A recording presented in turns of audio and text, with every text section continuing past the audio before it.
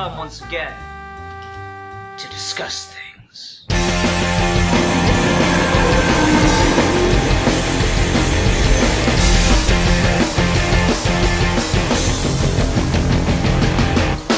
I wanna live in a world full of heroes, not sit here counting zeros in a cubicle downtown.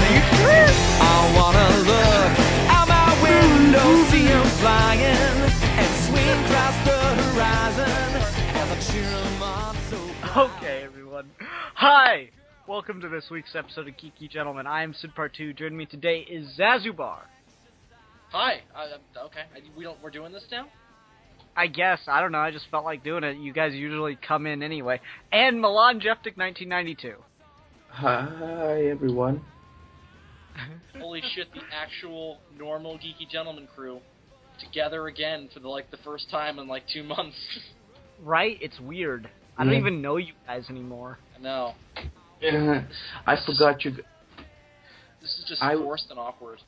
Yeah. I actually thought, you guys were just figments of my imagination. It's not... there's no way to prove that we aren't. Yeah, remember that famous philosopher who was like, I think, therefore I am. Who was that? That has nothing to do with anything, Bill. What do you mean? That's exactly what we're talking about. I think you were trying to quote some sort of psychiatrist that, thought about the... I don't know. I had a dream, folks, and it involved me running through a high school that was not mine, naked. Okay, no, this is not happening. This story No. should not be told to the masses. This is one of those... Yeah, here's the thing about talking about your dreams. They're never as interesting as you think they are. Yeah, not that I would know. I did a half-hour podcast about mine. I mean both your literal dreams and your actual, aspirations in life. That is potentially the most, pessimistic thing I've ever heard. Don't talk about your dreams, kids. They're never going to be as good as they are in your own head. So just sit there and do nothing.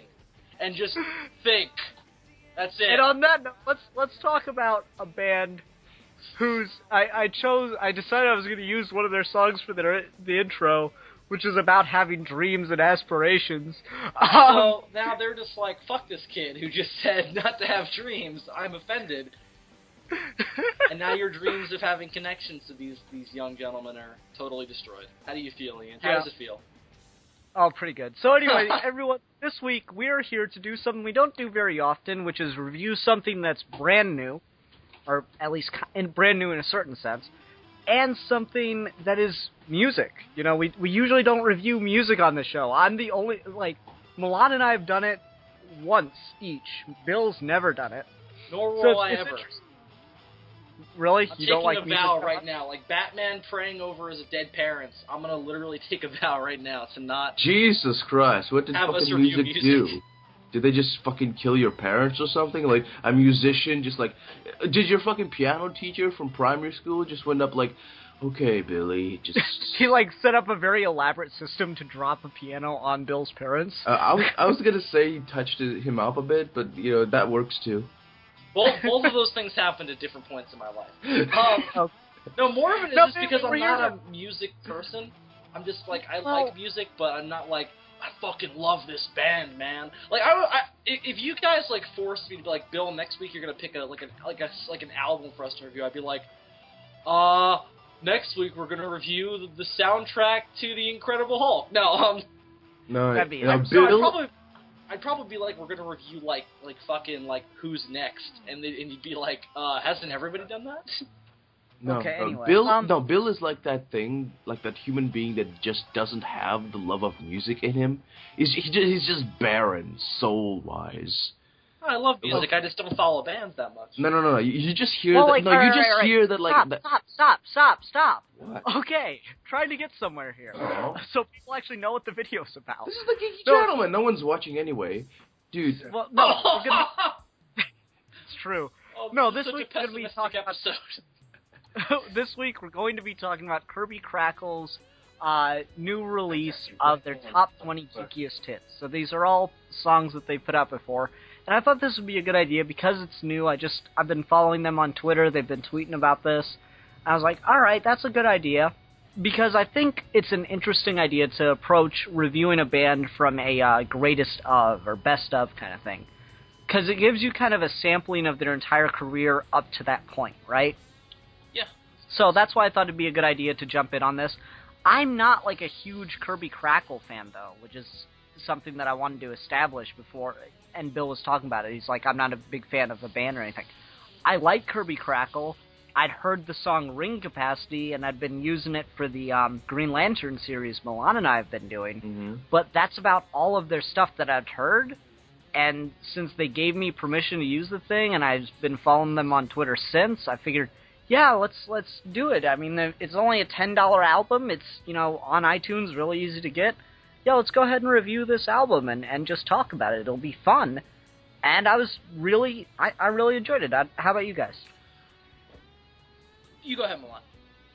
Happiness in my head, through my ears, this album did. Okay, Bill. It was fine. I enjoyed it. It's not my kind of music. Mm-hmm. Very, very poppy and very, very, modern. It sounds like... I go to art school. I'm a film major, and in my school they have 3 main segments. You got theater, music, and film. And the biggest one is music. And it's kind of like a band... And this isn't necessarily quality as much as tone. It sounds kind of like a band that I would hear in the cafe of the college. Mm-hmm. It's very, very upbeat, but there's still some kind of emotional weight to it.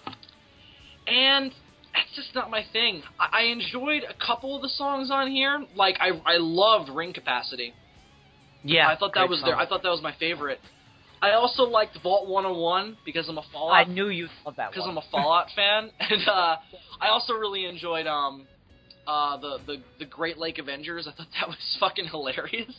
It really like some of the references make the songs, and that was really, really cool.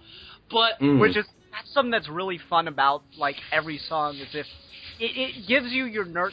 Milan, mute your mic, please. Milan, mute your mic, please. Thank you. That's one of the things that's really fun about the songs is it gives you your damn nerd card. If you can, understand everything that they're talking about from song to song. And, I mean, raise your hand if you missed a reference. Yeah, I mean, there were a couple where I was like, what the fuck is he talking about? Especially in the Ring Capacity song. I'm not a Green Lantern guy, so I had no idea what the numbers were supposed to mean. Well, no, it's just that the ring's charge is going down. Oh, okay. All right. I thought those were and then eventually up. Okay, I see. I didn't catch that. I thought they were supposed to be relevant to the continuity, but... No, it's just Ring Capacity 98, 72, 65, whatever. Okay. The song where I was the only song that had me cringing, and this was just more because it reminded me so much of middle school, was the song about doing doing math for your booty. Make the booty do math. This is stupid. I thought it was supposed to be fun. No, but it wasn't. It was this is like a song a 7th grade math teacher writes to try and get the kids to want to do math, and it just makes you want to leave because it's uncomfortable. I guess that's the point, but it didn't have it wasn't fun in an ironic way. It was just kind of cringe. I was listening to this in the car, and I was like, ugh. I laughed. I thought it was supposed to be just a comical song. Milan, you can come back if there's no more background noise or whatever the hell that was. Yeah, I'm back. Okay, anyway, Milan, any general thoughts? I want to get some general thoughts out there, and I wanted to go through this song by song, if that's cool with you guys. Essentially, I agree with Bill. It does have kind of a poppy feel to it. I'm gonna say the closest thing that this reminds me of is kind of an original Weird Al, but not I like Weird Al, but this song it's those gag reels / gag parody songs you get on YouTube. Yeah. it really reminds me of that. And funny enough, the quality and the percussion and energy is a hell of a lot higher in these tracks than in any of the YouTube videos. Mm-hmm. But yeah, it does have that bubblegum pop feel to it, and that's not a bad thing. It's light, fun entertainment that has a lot of geek references to it. The music itself is fun and kind of quirky and cute. And yes, the Salt Lake Avengers is just fucking hysterical. The Salt Lake Avengers? No, it's the Great Lake Avengers. I don't know. I just fucking woke up. I don't know. The Lake Avengers something, whatever. It's the just Lake adorable. Avengers. We are the Avengers of this one particular lake. Exactly. But that's even if we can't protect this lake, you can be damn sure we'll avenge it. Yeah. I just have this image of the Avengers just standing like up to their knees in a lake. Because the lake doesn't go below like 3 feet. So you just got these motherfuckers in like these homemade costumes sitting in the middle of the fucking lake. Just like Hulk has floaties on. Alright guys, let's wait for some supervillains. And then one like 75-year-old fisherman comes up, he casts his line out, they're like, we must protect this lake! Then they beat the shit out of him. Yeah. No, I mean, fair enough. Like, see, it's weird. I'll ask this question in just a second. I want you to answer this question in just a second, but let me make a point first. How often did the two of you listen to the album? But let me just say for myself, I listened to this basically all week. I got it on Monday, and I just listened to it in my car everywhere I went all week. And at first, I really think I would have agreed with you, where it is just kind of like, it's very catchy. I wouldn't know if I don't think I'd call it bubblegum pop, because to me, bubblegum pop is like Lady Gaga and Miley Cyrus right now. It's just very catchy, kind of sticks in your head, and it's really fun songs. And that was a good thing that I liked about it. But at the same time, my biggest problem with it for a while was that a lot of the songs were just kind of fun, like novelties, but they didn't really have much meaning to them. But over time, the more I listened to them, the better, the more like depth I felt that they had. So I think this one kind of grew on me a little bit more than I thought it would. So let me ask, how many times did you two listen to it? Just the once. Okay. I just listened to it once all the way through. And maybe I'll have that when I listen, because I spent $10 on it. I hope I'll get some reuse out of it. Yeah. But, see, this is just not my kind of music. I'm not a big novelty song guy. Mm-hmm. That's the kind of stuff I cringe at. Like, at work they put on the light pop station on the radio, and it's just like every song, I'm like, they play the same 3 songs over and over again, and every song, I'm like, oh, just shut the fuck up. Yeah, and I agree with that. But I mean, that this has that novelty value to it. Yeah, no, absolutely. But it also, I think it grows on you over time. It becomes deeper over time. How about you, Milan? Okay, Milan walked away. Not surprising. Well, let me just continue up. That's not a bad thing at all. I mean, there are novelty songs that I enjoy. Like Duran Duran is not very deep music, but it's great. It's great music just to listen to in the car. I listen to Duran Duran all the time in the car. And there's nothing wrong with a novelty song. Just to me, it's like it's just that like very poppy guitar stuff that I'm not really into. And that's what this is at its essence. I feel like what elevates it above what the crap that I hear on the radio is the people can actually sing. And it's like, this, I don't imagine, I don't know for sure, I don't imagine this is very heavily auto-tuned, because these guys sound pretty natural. Oh, yeah. And more than that, the geek references definitely help. It feels very honest.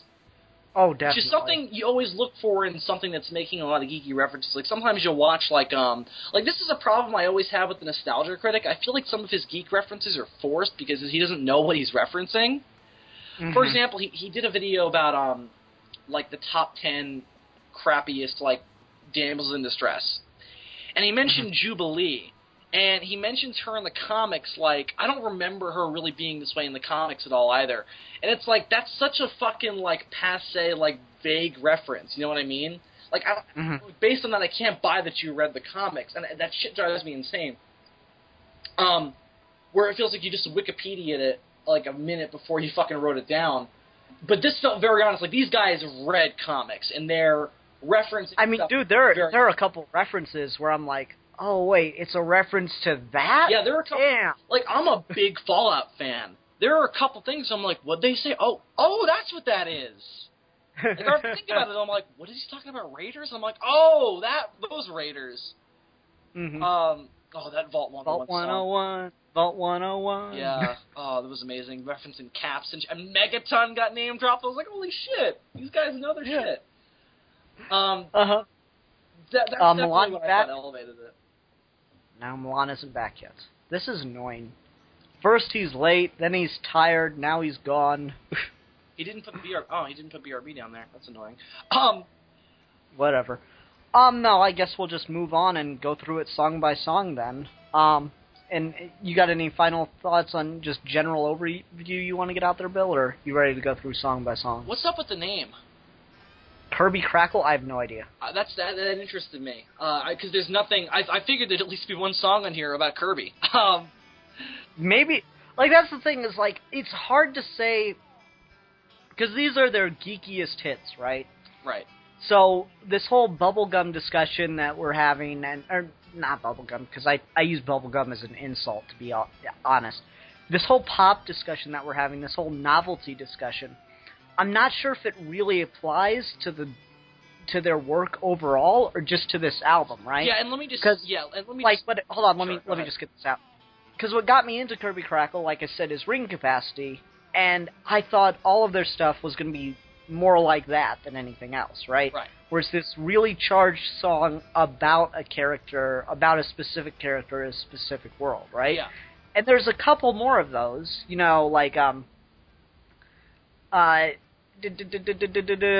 North of the Wall and Vault 101 are just like that. Yeah, they're very charged. They're songs about that about that particular world, right?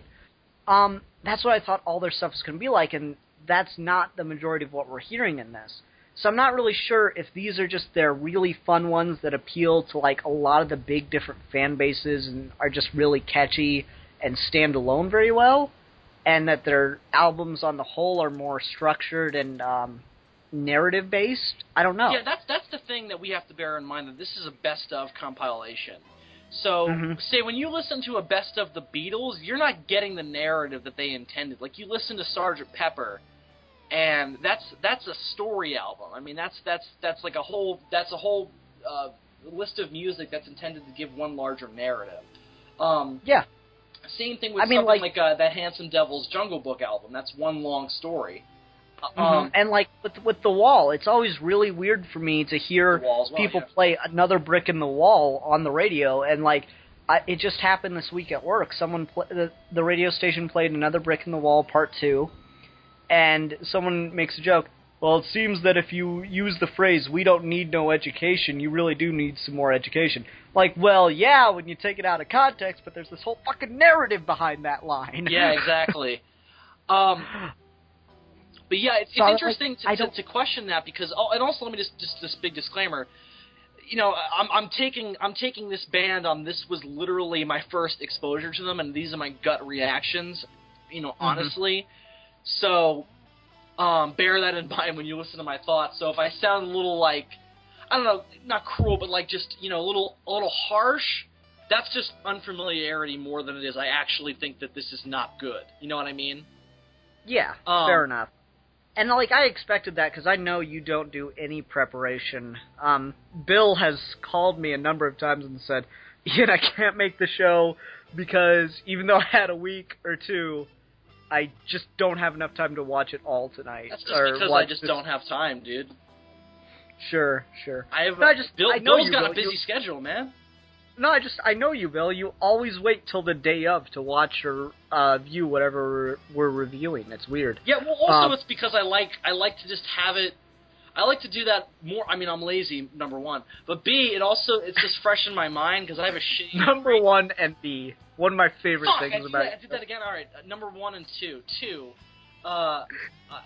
know where I got that from? Fucking Robin Williams did that to me. He did this stand-up special when I was a kid, where he would constantly do this, that's number one, and then he would go in B, and I fucking picked that up from him. Oh, God. What was I saying? Oh, I also just like these things to be fresh in my mind, especially music. I forget music really easily. Like, I have a hard time when we go through this list, be like, what the fuck was that song? Yeah, fair enough.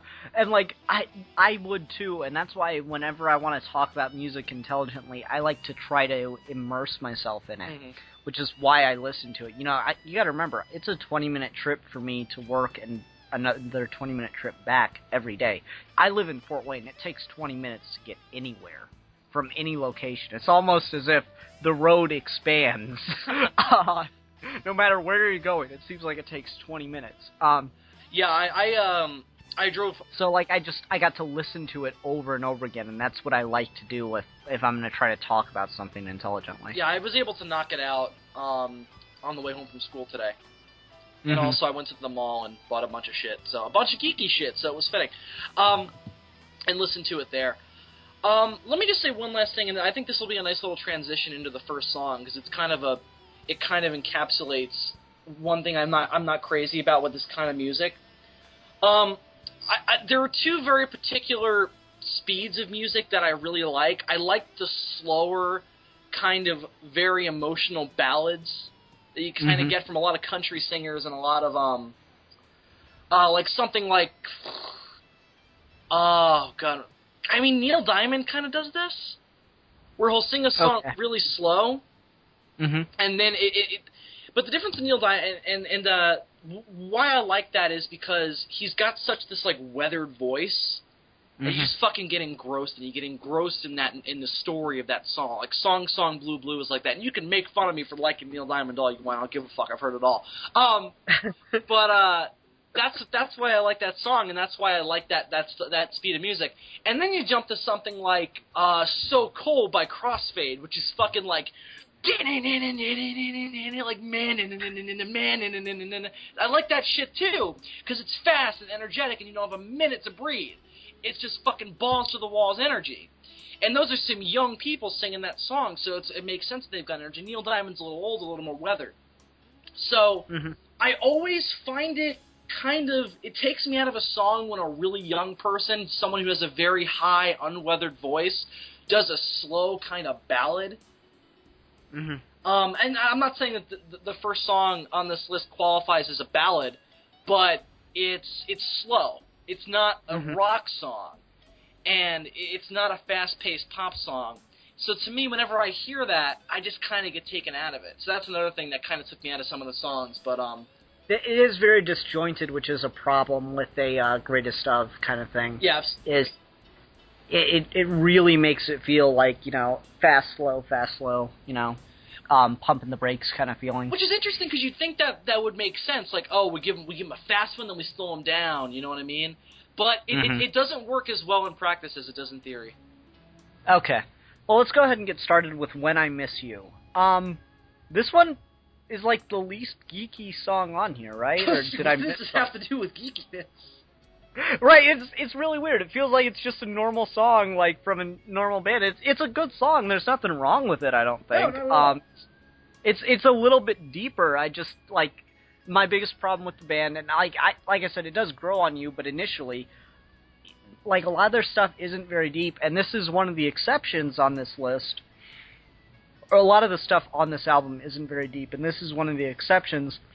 But it's not a geeky hit, you know, or at least I'm not understanding the geek reference here.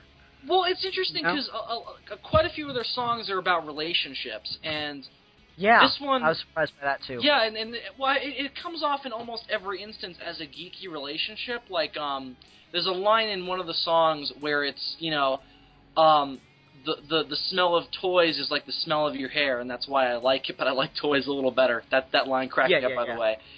And it's kind of the nature of relationships in a geeky context. So I suppose that's how it makes sense, but there's no inherently geek quality about that first song. So it's a little unusual. Yeah, it's weird to start out an album that's called Geekiest Hits with that, but it's still a good song. Yeah. I mean, I'm not going to... Like, it's something that I wouldn't mind hearing on the radio and maybe they're just trying to make it a more accessible song. I don't know. I just thought it was a little odd to start out the album with that. Yeah, absolutely. Like, again, my only problem with it, I already stated, is that it's kind of slow and it's a young poppy person singing it. So I'm like, it sounds a little. It kind of takes me out of it, but it's a good, engrossing song about a dude missing his girl. Yeah. So I was. Milan, since you're back, we'll backtrack since you just fucked off for 10 minutes. Sorry, the insufferable old man demanded that I address him. Okay, anyway, how many times did you listen to the album? Once. Or just once? Mm-hmm. Okay, so, like, I'm the exception here. I can't tell you the number of times I listened to it. And I skipped around a little bit. There are songs that I don't like as much, and we'll get into that. But, yeah, I thought it was, I think that the songs grow on you, and I think that's why you two kind of have this feeling of it's just fun pop, and I thought that at first, too, but I think that it kind of grows on you over time. Milan, what are your thoughts? What are your thoughts on the first song? It has a kind of...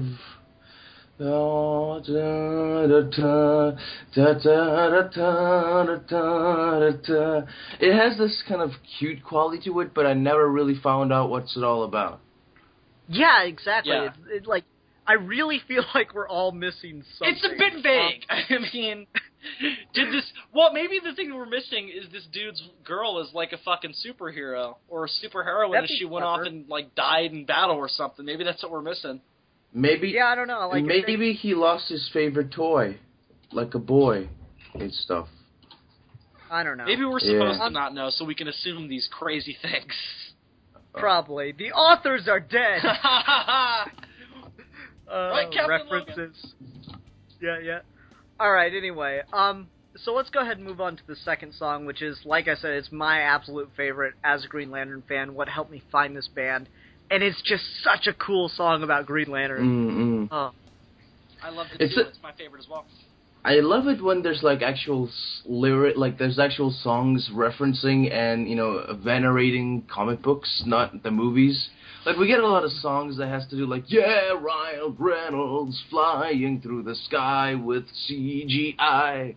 But this is like... I've never heard a song that goes anything like that. Is there a song like that? Or did you just make that up? No. It exists in the mindscape of my twisted little mind. But yeah, it's, like, in many things exist there. But, yeah, I like it when songs reference comic books and they actually go, yeah, we are geeks like you, yo. And I'm like, yay. Young people in my mind just say yo a lot to be relatable. Yeah, it's very honest, which is something I said earlier, in terms of that, is that the comic book references feel like we're songwriters who live in a comic book world. So, where we read comics all the time, so it's just going to naturally seep into our music. So I thought it just felt honest to me, which is something I like. Yeah, I mean, what I really like about the song is it just, you know, it really builds and builds and builds, and then they do the fucking oath, which is like, it's a good thing and a bad thing, but that's what always happens in a good Green Lantern story, is it builds and builds and builds, the drama, the tension keeps rising, and then you get the oath, and that's what leads to, you know, the epic moment, or sometimes the oath is the epic moment, and you just feel like that charge and the meaning that the oath has, and this does it really well, you know, to put the Green Lantern oath into a song and just make it, you know, the climax of the song and everything kind of goes down from there is just perfect, honestly. I think so, too. It's a very well-paced song, and I love the main chorus, but it's like, ring capacity. It's just very energetic. Yeah, it's just very energetic, and I was really into it. I was like, yeah, man, fucking Green Lantern. I'm there. Yeah. I'm there. Bill, you know what? They just put the Green Lantern animated series on Netflix. Oh, did they? The full season. You should do a solo review on it since you skipped out on the Geeky Gentleman episode about it. I should? I probably won't. Yeah, you should. Oh, come on, man. Oh, we'll see. We'll see. You have no choice in the matter, Bill. It's already written in the stars, and you cannot defy the stars, or they will start screaming. Okay, then. Is that what, like, your elementary school teacher told you when you didn't want to do an assignment? Funny enough, yes. I wish they would have done that. I probably would have done better in high beginning school. to see why Milan is Milan. I don't know, Papa. Milan, mute your mic. Не знаю, где ножи. Milan, mute your damn Oh, mic, he's muted, dude. he's muted. It's gonna be one of those, we're gonna, like, get, like, every episode where we're all together, I feel like we just get a more and more detailed, like, glimpse into the world of Milan and into the world of Geeky Gentlemen, which is usually seen through the world of Milan. He wanted scissors, long, sharp ones for some reason. Oh, just be honest. He just wants you to suck his dick. No, I'm serious. He just wanted scissors. That's all I know. Okay. He just wanted to be scissored, more like it. No, I'm kidding. That was a joke. That doesn't I- even make I sense do of love the anatomy, dude. Ugh. The anatomy? Anatomy. Okay. The anatomy. Back to the song. Back to the song. Okay. No, Ring Capacity is just my absolute favorite. It is so damn good. It's barely my favorite anymore. As we'll get into that as the list goes on. But yeah, I really, really like Ring Capacity a lot. Milan, you got any final thoughts on Ring Capacity?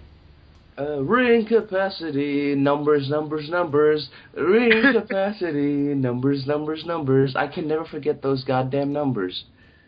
You can never forget the numbers, so you say numbers, right? Okay. Exactly. I think it's fantastic. Again, I just think it's a well-paced rock song. Or, yeah, it's I would count this as rock. Yeah, it's some songs are more like rock. Come on, Mike, dude. God damn. This is he doing this more video like, out of the bathroom? I don't fucking know. This one is more like hard-paced rock. I'd consider most of them rock, except for Grandma's House and Booty Do Math. Yeah, those are I'd consider them most of them rock, just like different styles. A lot of it's very punk-influenced. North of the Wall is fucking a metal song through and through, which fits Game of Thrones perfectly. Yeah, totally. I would hope so. No, I think most of them can be considered rock, except the ones that are specifically trying to be something else. Most of them are pretty soft, though, and I'm saying that this one was more. This one struck me as almost being a tribute to 80s hair metal a little bit, just because of how fast it was. Like I was like, Ring Capacity, nothing's gonna stand in our way. I'm a big fan of 80s hair metal, by the way. So. Okay. So that was kind of cool. That's why it's my favorite. What's next? Great Lakes Avengers. Oh, I love this one too. This one's really fun with all the references. I particularly like when he goes through the list of all the teams he tries to join and the reasons they won't let him. And the reasons are genius. Yeah. I tried to join Alpha Force, but they said no. Also, you're not Canadian. Alpha Flight. And I Birds of Prey. Birds of Dude, Prey. you are- You're a yeah. dude. The Fantastic Four, I couldn't even get through the door. Yeah. Which makes sense because, the name would be ruined. And then, like, Batman was a douche to me. I thought that was hysterical. Batman is, dude, if you read anything where new characters move into the Justice League, fucking Batman is a douche to them. He's a douche to everyone. Yeah. That's because his parents are dead. No, what I would really want to see is like an R-rated Justice League movie where we get Plastic Man and he does give someone a 30-story high middle finger. That'd be pretty awesome. Plastic Man terrifies me. Why? Because I saw his episode of Brave and the Bold with the fucking the Uncle Sam motherfucker. Yeah. And they go to this alien planet and they have to like arouse the aliens to start singing the American national anthem, which I thought was kind of fucked up. I thought that was a little Colonialism. weird. We come Yeah, to your I thought world and sing our national anthem. If you don't like it, we will smash you with our big rubber man. I thought it was kind of fucked up though that he was able to create like other versions of himself out of his own flesh. Plastic Man and Mr. Fantastic both have that like just like inches away from like Japanese horror monster, you know? Yeah, but Mr. Fantastic doesn't have like this insane like Plastic Man can literally do anything. Like Mr. Fantastic, Plastic he Man himself. Plastic Man's like, I'm gonna make a megaphone out of my own fucking hands. Yeah, and Mr. Fantastic's like it seems like Mr. Fantastic doesn't even he doesn't give a shit that he has superpowers. He's like, oh, I need to reach a taller shelf. Shazam! And he grows taller a little bit, grabs the thing off a shelf, and goes back to normal, and goes back to fucking... Why did he say Shazam? I don't know. He gets struck by lightning and turns into Captain Fantastic! Yeah. Which is also a No, I mean, the thing is, the thing about Plastic Man, and Bobby, ever since Bobby said this, I'll never be able to remove the image, the association from my mind. And now neither will anyone watching this. Plastic Man guy watching this, yeah. Plastic Man looks like a 70s porn star. He totally does. He looks like Sean Connery from fucking Zardos.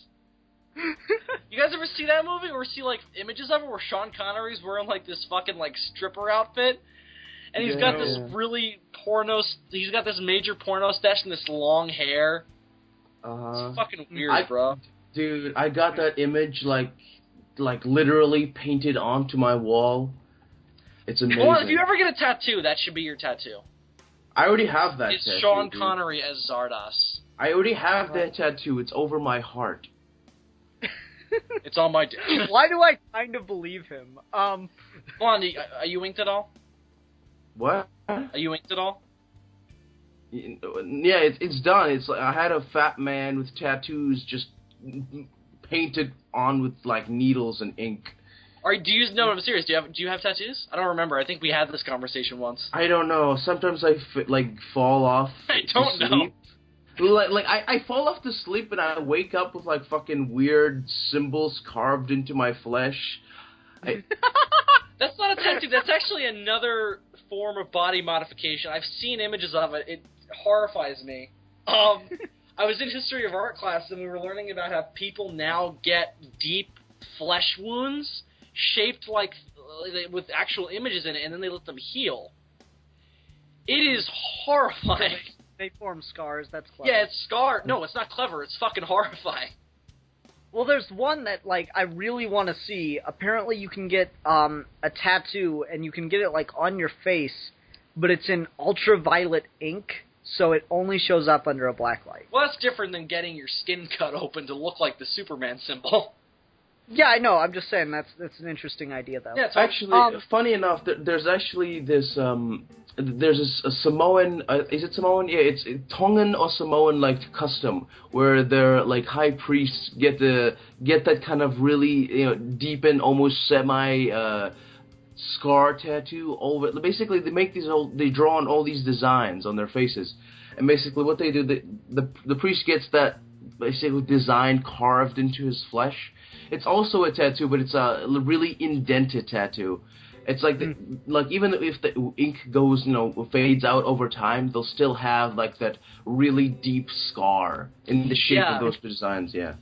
No, yeah, the natives were they were fucking hardcore, man. Back in the Aztec days, which is a technical term, they would send these priests off into the woods, and they would have 5 days, and when they came back, they would have to have full body tattoos that they'd have to do to themselves. But I didn't want to move on, but I want to say this because this is fucked up. You guys probably already know about this, but it's just to see if you do. In what is it? Fucking New Guinea. In New Guinea, there are tribes that because they have such a deep connection to crocodiles over there because they're on the river and a lot of the people get attacked by crocodiles every year.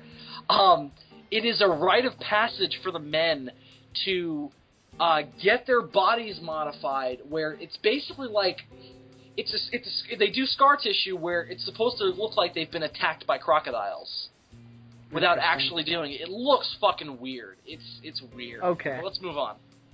All right, let's get back to Great Lakes Avengers. No, I love this one because it just cracks me the hell up. Mm-hmm. Because this was my introduction to Great Lakes Avengers. I walk into the comic book shop. I'm talking about the actual team. Wait, is it a real thing? Yes! I walk into the comic book shop, and Chad, the guy that's the most talkative of the clerks, is there, and he's sitting there having a debate with a guy about whether or not Thanos could take Squirrel Girl in a fight. And Squirrel Girl is a member of the Great Lakes Avengers. And, I mean, the team sounds ass, and Squirrel Girl sounds fucking stupid, but then he hands me the comic book that changed his mind, and holy shit, Squirrel Girl is one of the most powerful characters ever, and in a frightening-ass way, too. How? She's just, like, super strong, super quick, and she can control squirrels, so she'll just, like, sick, like, thousands of squirrels on a single person. And it's terrifying. Wait a minute. Do they eat his flesh?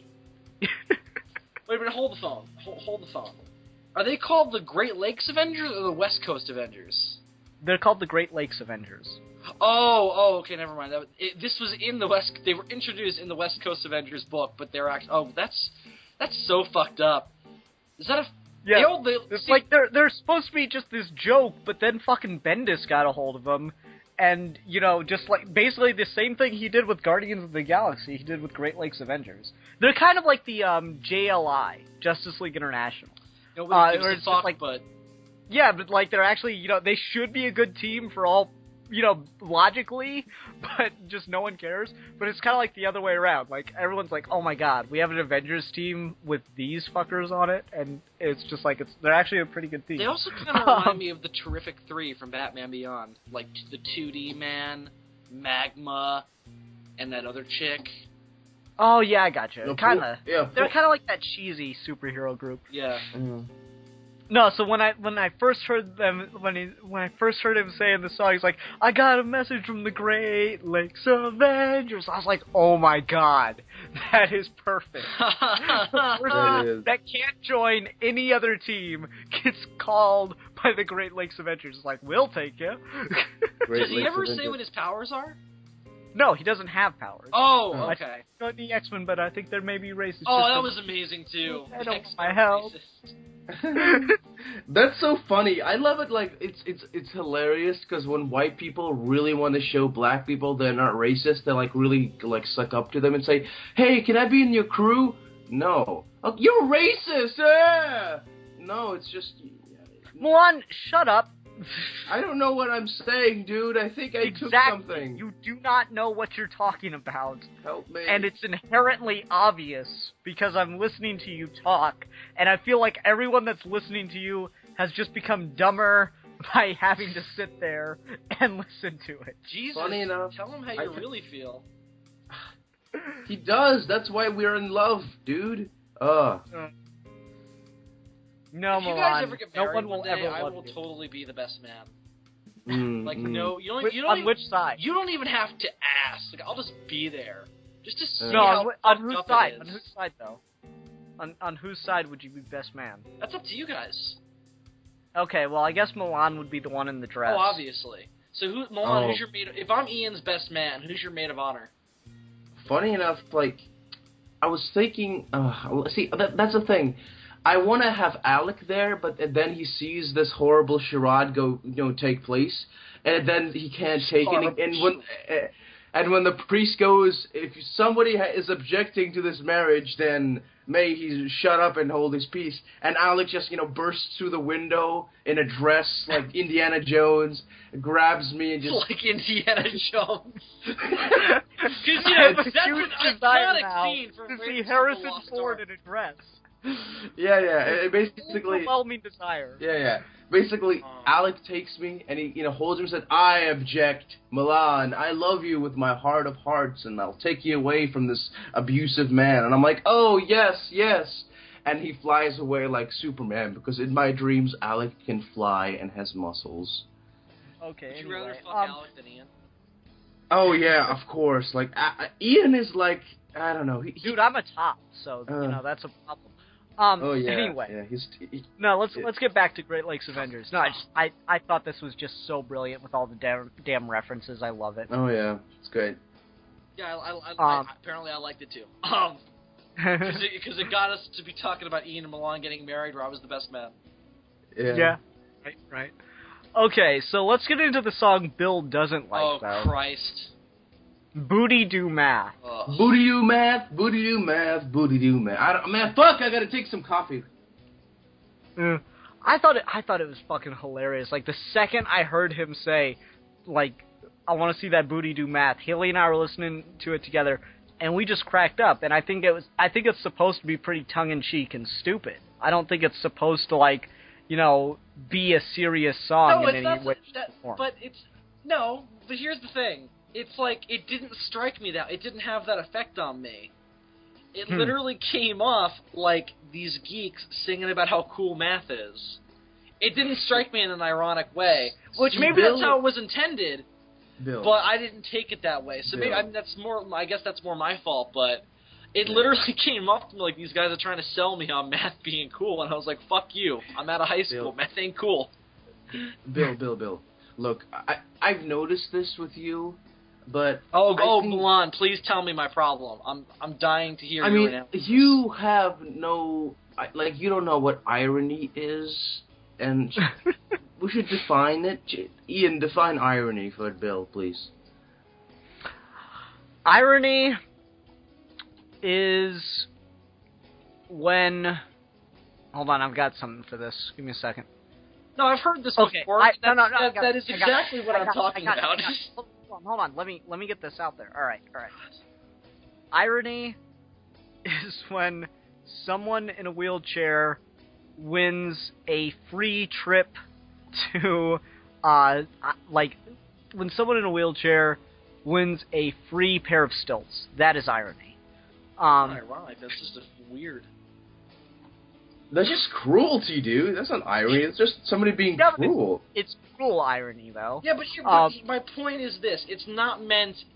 Like, the way I didn't take it in the way of, we're singing about math being cool, even though math ain't cool, bro. No, that's not what it's about. It's singing about how silly, like, attempts to make math cool are. Yeah, I know, but that's not... And I guess that is what it's about, but that's not how it struck me when I listened to it. I was literally like... This is just weird, man. I said this. Did I say this before we started recording? Or we were recording. No, we started recording, and you said it. I like my analogy. It's a 7th grade math teacher trying to make math sound cool, and I guess I need to re-listen to it because I guess on a level that does work, but I was literally cringing in the car, which I don't. Well, like, I just cracked up because I thought it was so, like, you hear all these songs. Like, all these rap songs and stuff that are just really fucking dumb. Yo, the numbers, JB Cool. That's my... No, like, honestly, this made me think of That Baby Don't Look Like Me. Where, you know, it's so funny how many people do not understand the point of that song is they're making fun of the people that are, like, so happy that they don't have an illegitimate child. You know, I mean, like, if you watch the music video for That Baby Don't Look Like Me, it's fucking Little John's head superimposed onto the body of a baby. No one is taking this seriously except for the people that don't understand it. So I think that's what this is doing in the same way. It's just a really silly song trying to make math sound cool, and it's not actually trying to make math sound cool. Right. Dude, how dare you? Math? This song made me love math. I dropped out... No, I did not. Let me tell you, I dropped out of school because of my fear of math. But this song spoke to my soul and made me love it in a way that is quasi, you know, incestuous regarding math. And I want to be a mathematics major now. Okay then. Yeah. Do you think a 7th grade math teacher could get away with using the word booty in a song that they sing to their students? No. Really? Not at all. I mean, like, there are so many lines in the song that, like, you could never play in a school at all. Yeah. Like, you make it such a joy to double-check my work. It is catchy, though. It is really catchy. That's... The line in the chorus that cracks me up is, "Let me see them fractions." I love that. It's great. It is catchy, though. Yeah, I mean, that's the thing, is it really does get stuck in your head. Yeah. They put out a tweet during the week that they retweeted somebody. They're like, "Hope my coworkers like booty do math because Kirby Krackle's being put on repeat all day." Yeah, you're cutting out a little bit. Oh, sorry. Funny thing you should say, I mean, I don't understand why 4th graders would not like to hear the word booty. I think this song is really meant for upper elderly, high school guys, like in their last years of high school, that's the last ditch effort to try to make them love math. No, it's not, Milan. It is. It's a sincere attempt to get the youth. It's an outcry. It's a sincere outcry to the youth of America to love math. Okay. Let's go ahead and move on. Do you think that, when the major founders of major concepts of math, were they like, we love this, this is fun? No, they were more like, this is required to understand how the world around us works. Mm-hmm. That's why I don't get these attempts to make math, excuse me.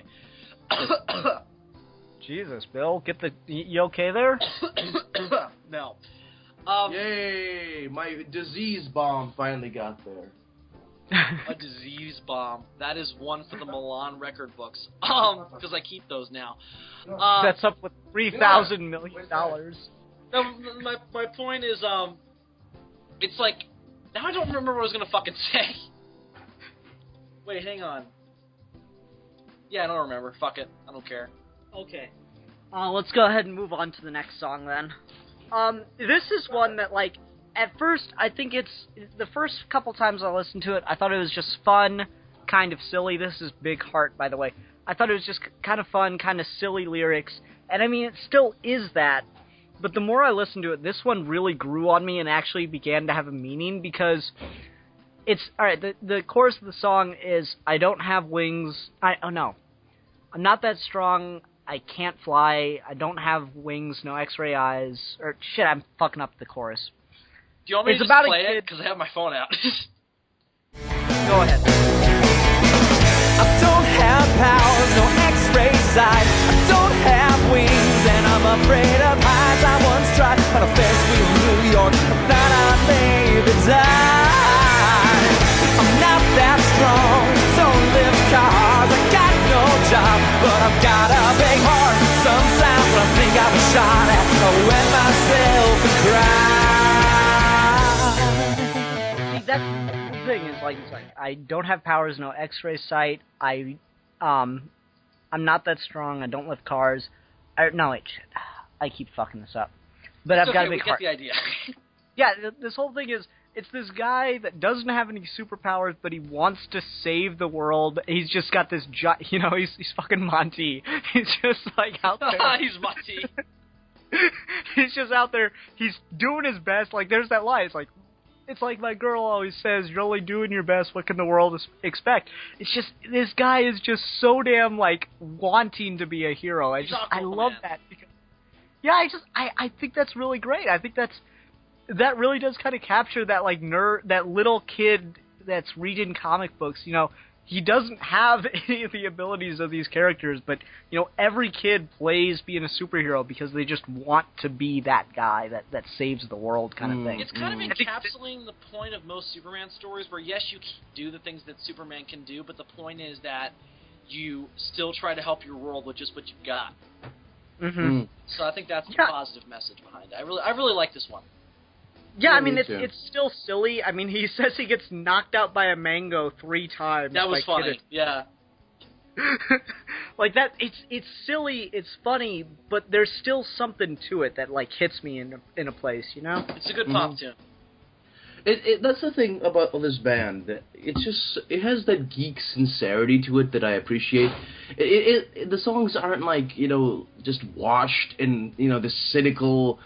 it's not cynical. These are not cynical songs, and they're very sincere. They're not hipster geek songs. Because hipster geek songs are like, oh, I'm ironic. Oh. Is that how they sound in your area? I really like Milan's snob voice. It's a pretty good voice, Milan. Oh, I'm a hipster. I like things that are... See, I like shitty things, and I just say they're cool to come off as educated because I am a pseudo-intellectual. Oh. It's not so much a hipster as a British aristocrat. My hipster's oh my god. So, did you guys read Irredeemable Ant-Man number 72? That is the best comic book ever published. It might be. I've never read Irredeemable Ant-Man number 72. So who knows? Okay. No, I mean, Big Heart just really does stand out to me because it's one of the songs that it just takes time, and then you just got to wait for it to hit you in just the right place, and I think it really does work. I agree. All right. Any final thoughts on that, or are we ready to move on? Let's power through, man. Okay. Up, Up, Down, Down.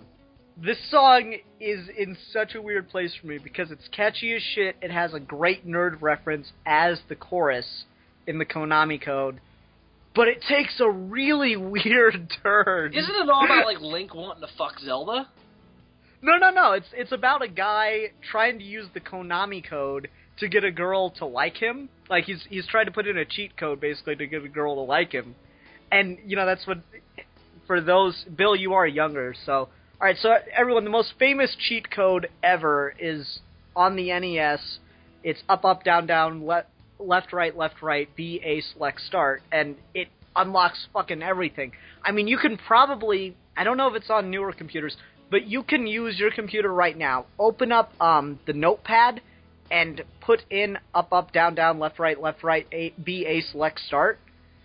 And on older Windows machines, it will actually play a version of the first Star Wars movie in, like, text. It'll like play an animated version of the first Star Wars movie in text. Up, down, down. Left, right, B, A, select, start. B, A, where's select? Don't worry about it right now. I guess it's enter. Yeah, no, it's such a clever reference, Yeah. to put that in there. And so the premise is, he's trying to get this girl to like him. By the way, nerds out there, girls are not computers. You can't just throw code at them. That comes after the dinner, if you're lucky. God damn it. I'm just saying, I'm going to try at some point. Like, I'm dating now, but remember in the dating game again, I'm going to try the Konami code, see if it gets me a date. Hey, baby. I'll just go into a Up, comic book... down, left, right, B, A, select, start. I'll just go into a comic book shop, and if I see a female that looks reasonably attractive, I'll just come next to her, just, like, uncomfortably close, and just stare at her, and just, like, and then I'll just yell the code at her, and she's like, what? And I'll just yell it again, until she loves me. Yes, that is a plan that has no possible negative consequences, Milan. None at all. This man tried to sexually assault me with game codes.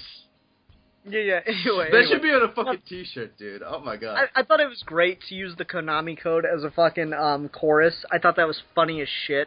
And it's also really sweet and really clever. Very geeky. And it works. And then suddenly, and I had to look up the lyrics to make sure I was hearing it right. All right, so they go on a date because he says hi and they introduce themselves, and she actually ends up really liking him. And they go on a date, and he's like, "So we're sitting out at your door, and I said we should do it again."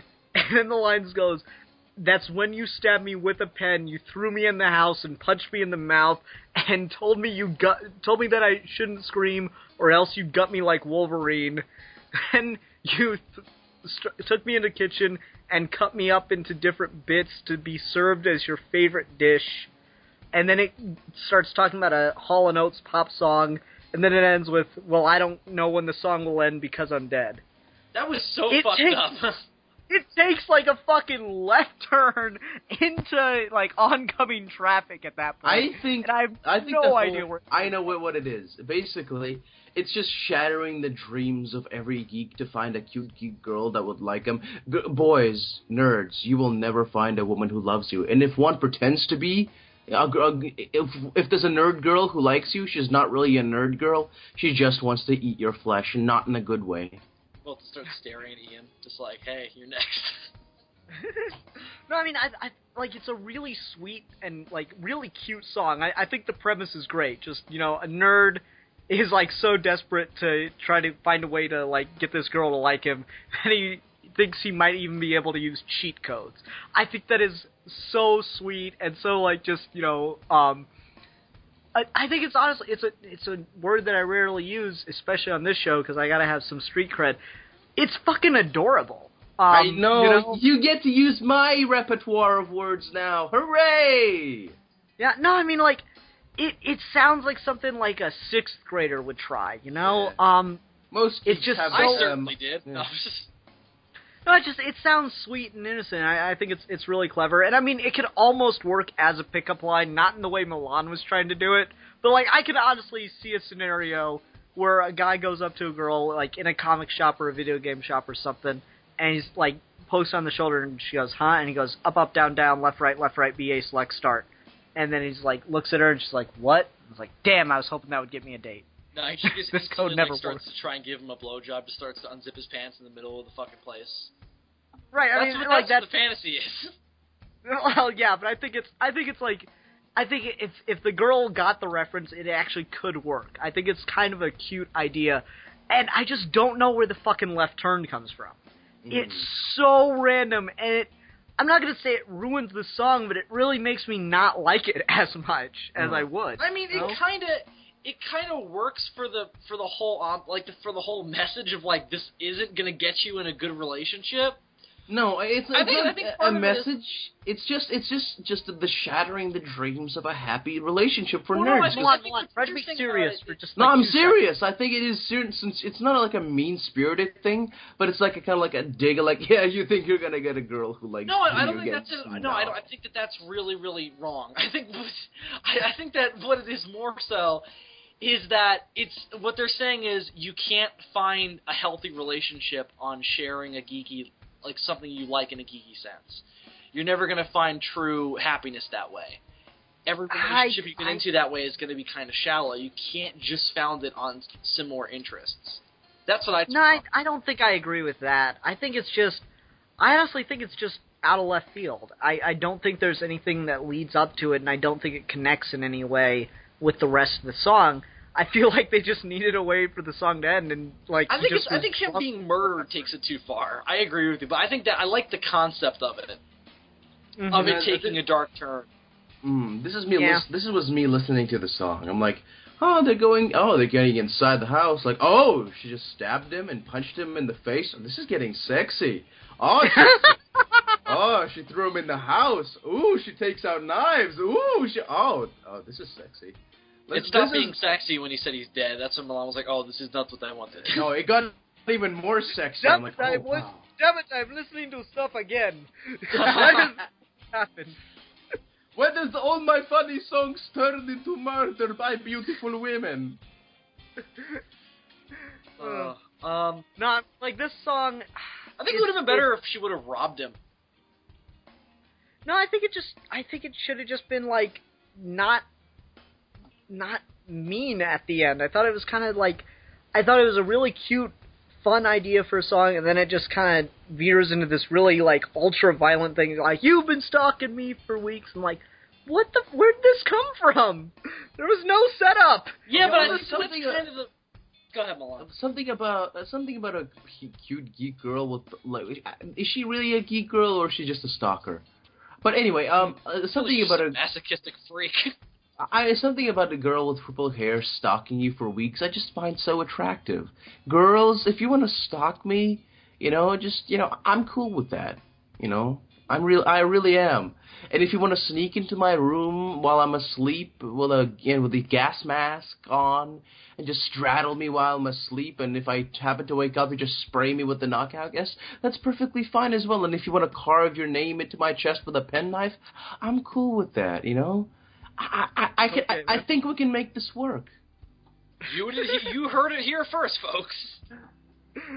Milan, you should start up an online dating profile and just you're interested in stalkers. Interested in women who will potentially kill me. Potentially, Bill? No, if that's the end goal. Milan, I've got an idea for you. Yeah? Milan, you might not die alone if you try this. Yeah? Where is the nearest female prison? Next door. It'll be like speed dating. You just go during visitation. Dude, it's next door. It could be more like grocery shopping. Like he goes to lineups and just picks out the one he likes. Yeah, like, I want that one with the dead eyes and the hot bod with the sharpened teeth. I was the one with half her face burned off. Yeah. Fuck her. She reminds me of Harvey Dent. And my mother. Right. Okay, anyway, let's go ahead and move on then to Villain Song. This is another, like, fun one. This is right up there with Henchman, I think. As far as, like, it's almost the exact same tone and everything. Villain Song. That's the one from the perspective of a supervillain that wants to quit. This one was fun. I didn't really, like, love it or anything. I thought some of oddly enough, it reminded me of the last episode of the Powerpuff Girls. What I liked about it was that it was very earnest.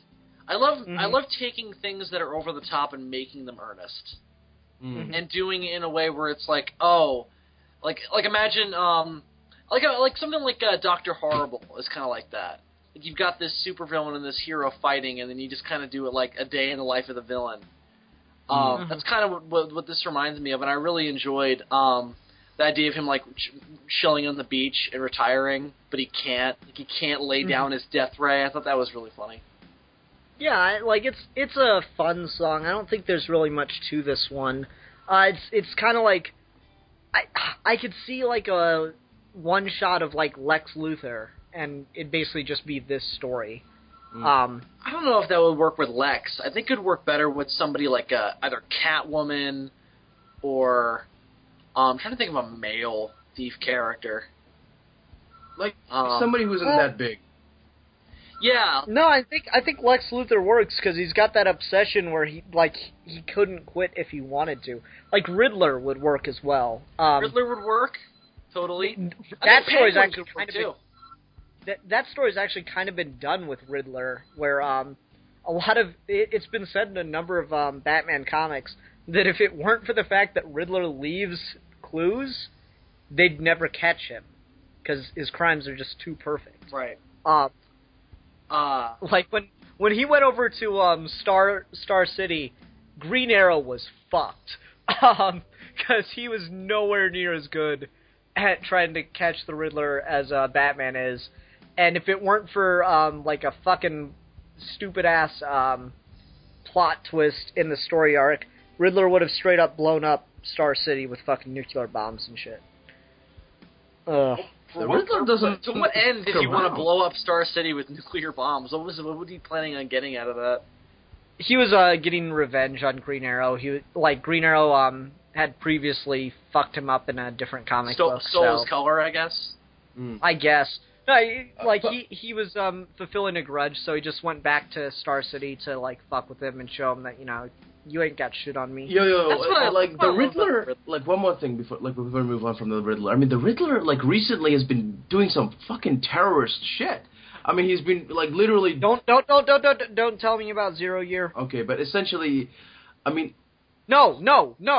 I'm not going to talk about Zero Year. I'm just saying in general. No, because you're going to talk about 0 Year. I'm not. Because you're going to mention it, and you're going to act like it's fucking nothing, but it's going to be something, and I'm going to be pissed. So no, we're not going to talk about Riddler. Fine. I don't care. You can spoil it for me. I don't give a fuck. I'm not going to spoil anything, but essentially, just regarding that, Green Arrow issue with the whole nuclear bombs thing, like, Riddler has been doing that type of shit for a while, and I'm like, he's not as insane to not get the death penalty. I mean, insaner guys got the death penalty for less. I mean, that's terrorism. That's like, nuclear bombs. You don't fuck around. Fuck you. And it's just like that. You can just get away with anything if you're a popular villain in DC Comics. Yeah, why is pretty much?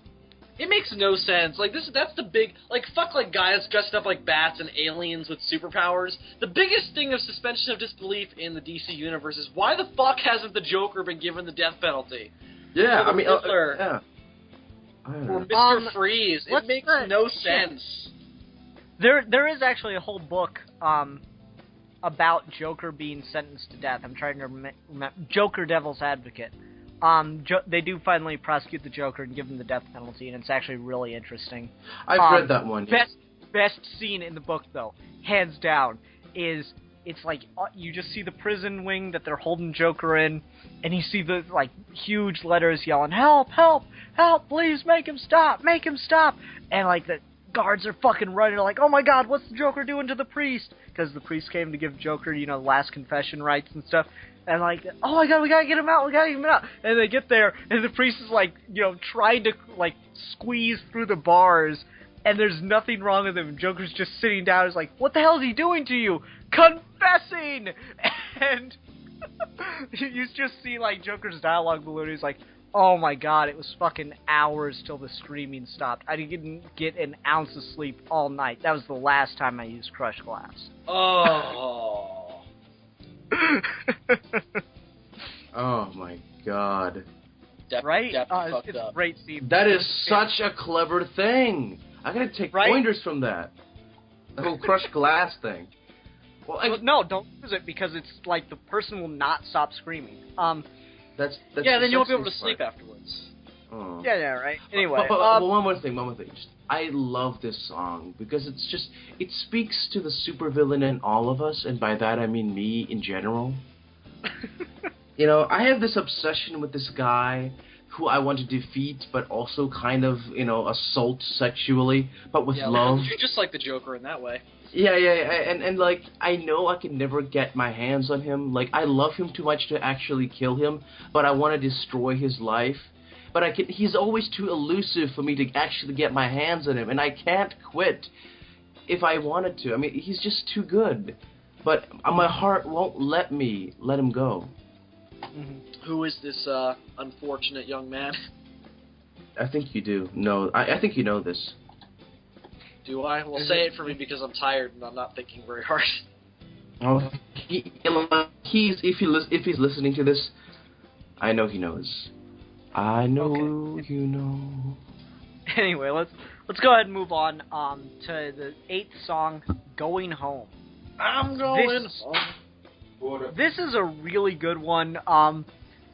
Like, I know next time I'm going to a con, I'm gonna play this on the fucking road. Oh, I'm playing this on the way to G-Fest, man. This was a theme for like fucking con goers and comic book fans everywhere.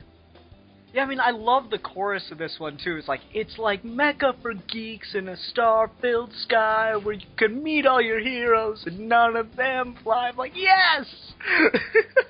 Like, I love how they're singing about the haul you get. It's fucking great. I loved it. Yeah. It's perfect. And, like, then when they get there, like, you know, the line that cracks me up when they get there is the slave girl Leia's with the knowing smiles. I'm like, exactly! Man, this is just perfect for anyone that's gone to a con. And I've only been to one. It was the one I went to go see Cap at, which, I mean, you know, I'm using con in kind of like a, you know, general catch-all for nerd gatherings, but like it just it's so like it just gets that feeling down, right? Yeah, I went to New York Comic Con and this was very evocative of that. Mm-hmm. Like it'll be fun. Bill, you should bring your camera when you and Dylan go to G-Fest and do road vlogs. Oh, we definitely will. I can't hear you though because Milan, Mike, dude. God fucking damn it! Sorry, go ahead.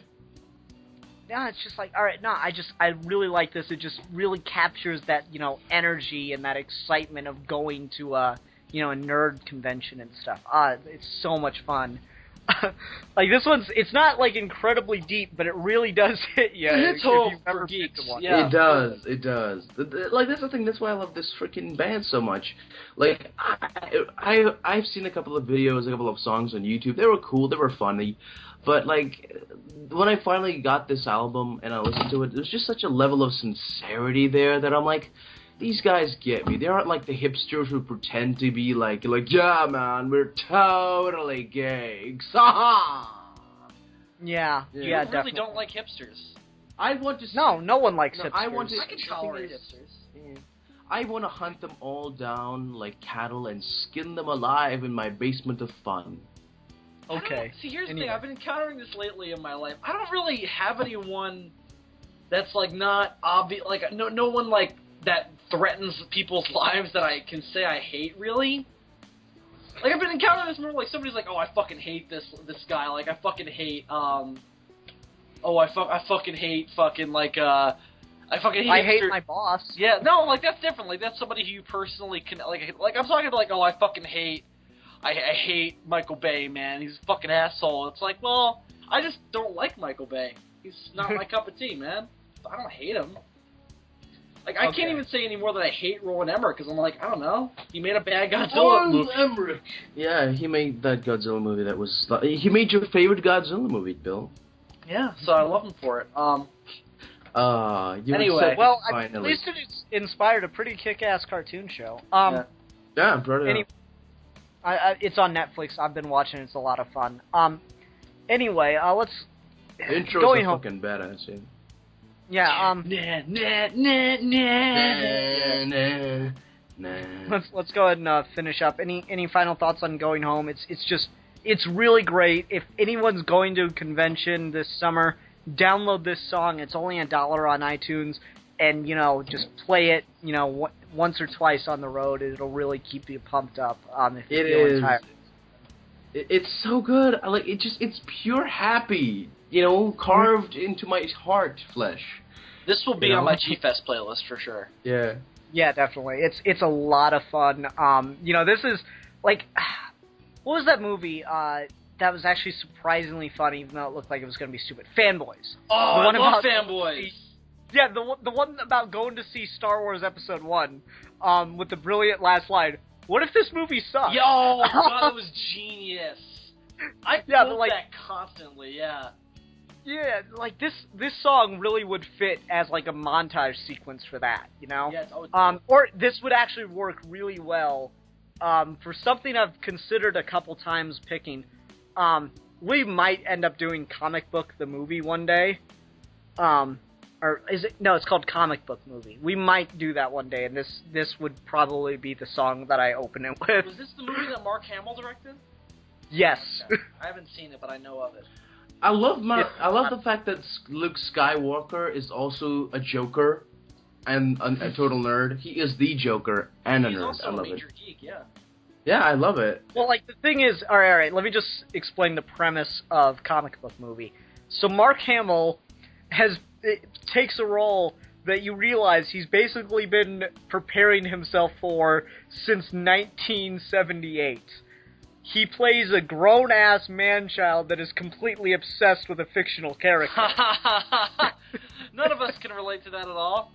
And it's so much fun to watch him play it, because he's like every stereotypical grown-ass nerd, and it's so funny. But he's got a lot of heart, too, so it's really... A lot of ways. Yeah, it's funny. Basically, he plays the guy that Alan Moore talks about. Yeah, I guess. I think I could agree with that. All right, let's go ahead and move on to Grandma's House. I don't have a lot to say about this one. It made me laugh. It's very catchy, very danceable. Yeah. I felt pity for this poor motherfucker who feels this way. Really? I don't know. I thought it was a fun, catchy song. It's really catchy and really fun, but you know what I mean. It's just like he has this illusion of like, oh, grandma. No, he's not gonna have sex with his grandmother, Bill. Don't even go there. That's not what I assume. Well, that's what you assume. Everybody else assumes. I just assume your brain works. Like you just assume everybody is a sexually depraved, obsessed person. So basically, what are you saying is that I think everyone in the world is a kind of different version of me? Yes, pretty much. See, you just proved my point that happened to be true. Yeah, I don't know what the fuck is going on anymore. I like this song a lot. Yeah. It's worth a laugh. Yeah. I played it for my mother because she, my brother has children, and I'm like, you should buy this song and play it every time you bring the kids over because they'll start singing it, and you'll crack up. And she got a kick out of it. She thought it was really funny. The line in it that makes me laugh the most is when he's like, if you got a mima, say stop. And then, I feel like they actually brought in the dude's grandma to say, honey, I love you, but you're weird. Oh, I loved that line, yeah. That was so funny. Because it was like this real grandma moment of like, honey, I love you, and I love you coming over this often, but there's a line. You're here every day. Leave me alone. It's like the opposite problem that every other poor, elderly grand person has. It's like, I wish my kids would come over, and this one's like, you come over way too much. Yeah. Yeah. No, I mean, I think it's a really fun song, and, like, honestly, that line, I love you, but you're weird, is something my own mother has said to me multiple times, so, I see my mother a lot. You know what my mother said to me multiple times? I hate you and I want you out! Yes, but also, you are a disappointment. Oh, dominate. Okay, anyway. Grandma's House is just a fun, catchy song. Milan, Sorry, go ahead. Grandma's House is just a fun song. Let's go ahead and move on. One more episode. This is one of the other songs about relationships. I was surprised how many relationship songs there are on here. It's fine. It's not like one of my favorites. It's a little too slow for me. Yeah, I agree with that. I kind of like it because, you know, Haley made the point. It reminds me of our relationship. You know, her and I, we watch a lot of Netflix together. It's a fun show. Quick question: is Carl the name of the main character in Quantum Leap? Because that's the only thing I could think of for one of the lines. I don't know. I've never watched Quantum Leap. Neither have I. I just, like, I wasn't sure what they were referencing. It's like, see where Carl is this week or something like that. Oh, wait, Carl. Oh, we might be referencing, Carl Pilkington, Idiot Abroad. Maybe. I don't know, I thought it was a fun... It's an alright song. It doesn't really do anything for me one way or another, though. It makes me smile a little bit, but this one's kind of flat for me. You guys? I like it. It's sweet. I like the concept of a song being about binge-watching television. Yeah. With your girlfriend, that's sweet, you know? That's such a modern concept, and I really enjoyed that being done via song. I enjoyed it a lot. I like the idea of, like, you're sitting there watching a show, and you're like, one more episode, then I'm going to stop, and then you just watch, like, a whole other season. Right. It feels like I'm just going to watch one more episode of Breaking Bad, then it's like, I'm on season 4. Yeah. No, I mean, it's an alright song. It's just kind of okay to me. I don't really care for it one way or the other. I don't really have much else to say about it, though. It's cute. I like it. It's okay. Alright, Dusty Cartridges and Long Boxes. This song's sweet. I just don't really care for it. It's way too slow for me, and I don't know. Some of the lines I don't think are very clever. This one kind of had me wishing for ring capacity again. Just because I was in the mall at this point, I was just walking around, and I was like, yeah, I'm listening. Then the next thing I knew it was almost over, and I was like, oh. Okay. Mm-hmm. So this one wasn't very memorable to me. It was kind of restating what they had already made clear in their other songs. Well, what's weird about it is it follows another romance song, you know? Yeah. It's two very, you know, reasonably emotional songs back to back, which makes it kind of like... It really slows it down for a bit. Yeah. And it's right in the middle of the album. It is. Like, I love Kirby Krackle, but they kind of slip into that old meme of, like, you know, white guy with the guitar. Yeah, a little bit. Yeah, I think that's... We kind of talked about this earlier, fair to say. Little bit. Yeah, like, when a white man plays guitar, it can only be an old war veteran singing about how he lost a family member and or brother on the battlefield. I made a similar point before. I was like, you know, to me, a slowed down kind of ballad type song really only works about, you know, if you have a weathered, not tragic, but if you have a weathered kind of older sounding voice, even if it's a young guy. This dude's very, very high-pitched, very, like, clearly just out of college. So it doesn't really work. It just comes off as forced. So I agree with that. The thing is, with a slow, you know, guitar song, you're gonna have, a voice with gravity, and it just kind of sounds kind of petulant when it's like a young voice going, I have life problems, la la la la la. Okay, please. I don't know if that's how this sounded, but yeah. I see no. But in general, that's where the whole genre springs from. But, you know, you go to have a voice like this. I drank a whiskey, squirrel horse, got a doctor, shot a man in the face. Okay. This one's probably... Even though I have a whole show about singing badly, so... Yeah. This one's probably the low point on the album for me, to be honest. This is probably the one I like the least. It's still fun. It's still alright. Or not fun. It's still listenable. It's just like, this is the one I skipped more often than not. Yeah, I can agree. It didn't strike me one way or the other. I just thought it was kind of unmemorable. Mm-hmm. Alright, now let's go on to one of my favorite songs on it, Marvelous Girls. Oh, this was so much fun. It's about hitting on girls from the Marvel Universe. That's great.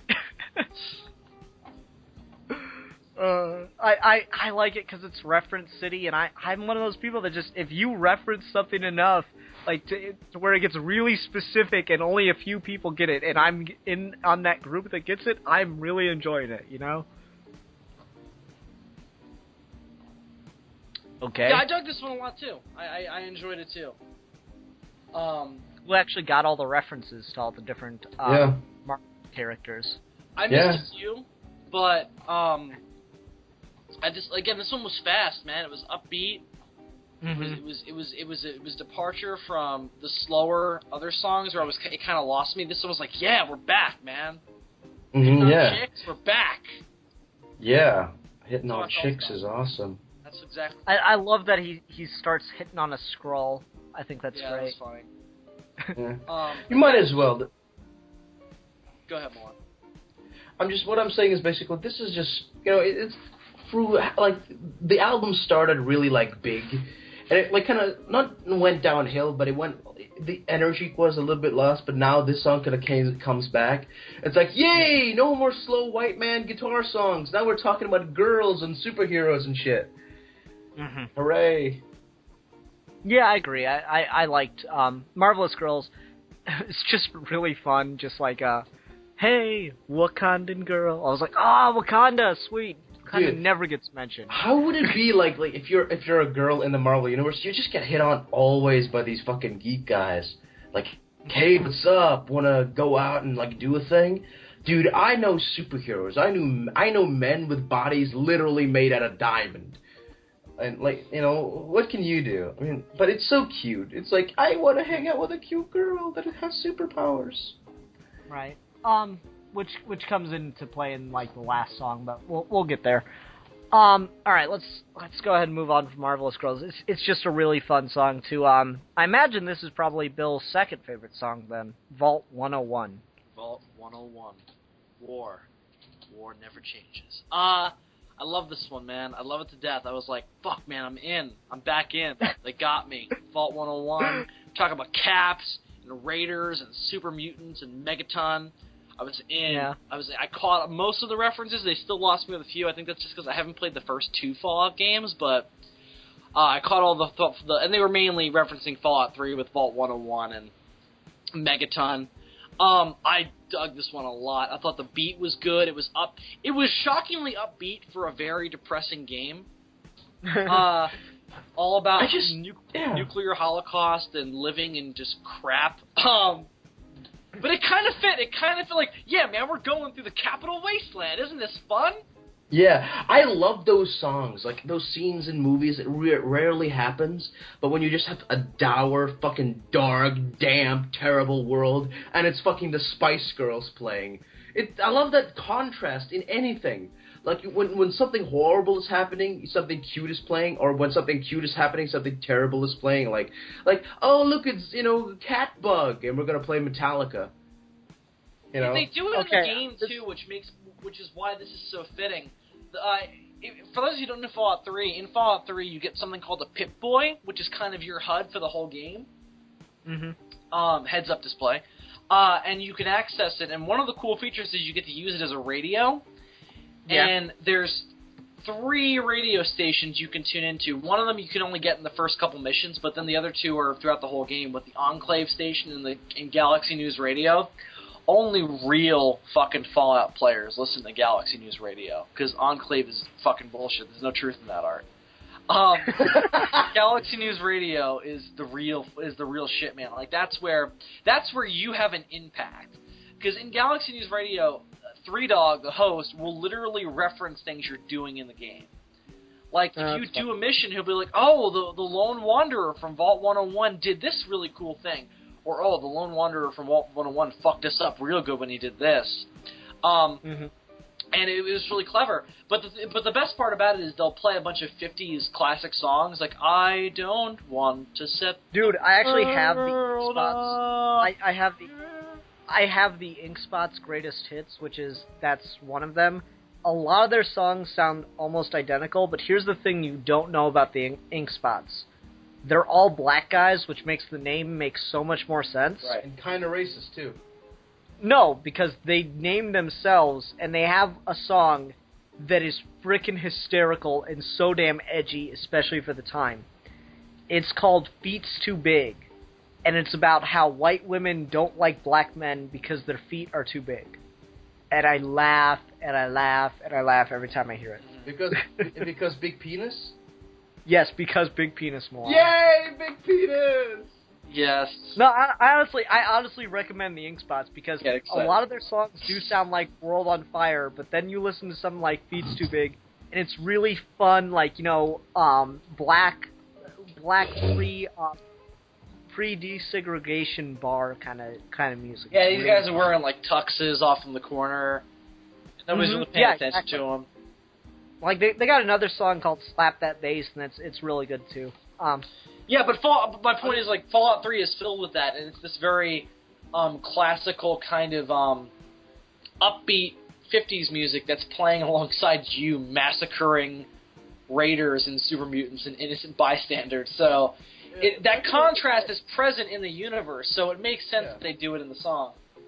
Yeah, similar thing happens in BioShock as well. Like, there's this horrible Art Deco world of terror and drug abuse, and you're, like, hearing, like, oh, what's the name of that puppy in the window? Just some really cute, like, 50s songs. It's just like... BioShock is almost scarier with it, because their songs are more directly connected to what's going on. I mean, Fallout 3 is a little more general with it. They use it more often as set dressing. Mm-hmm. But BioShock is like... If you listen to these these were novelty songs of the day, they are fucked up. Mm-hmm. If you listen to some of those songs now, I mean, it's weird. But Fallout 3 has it as well, and I really like this song because it encapsulated that so well. That and all the references were amazing, and okay, I loved the crap out of it.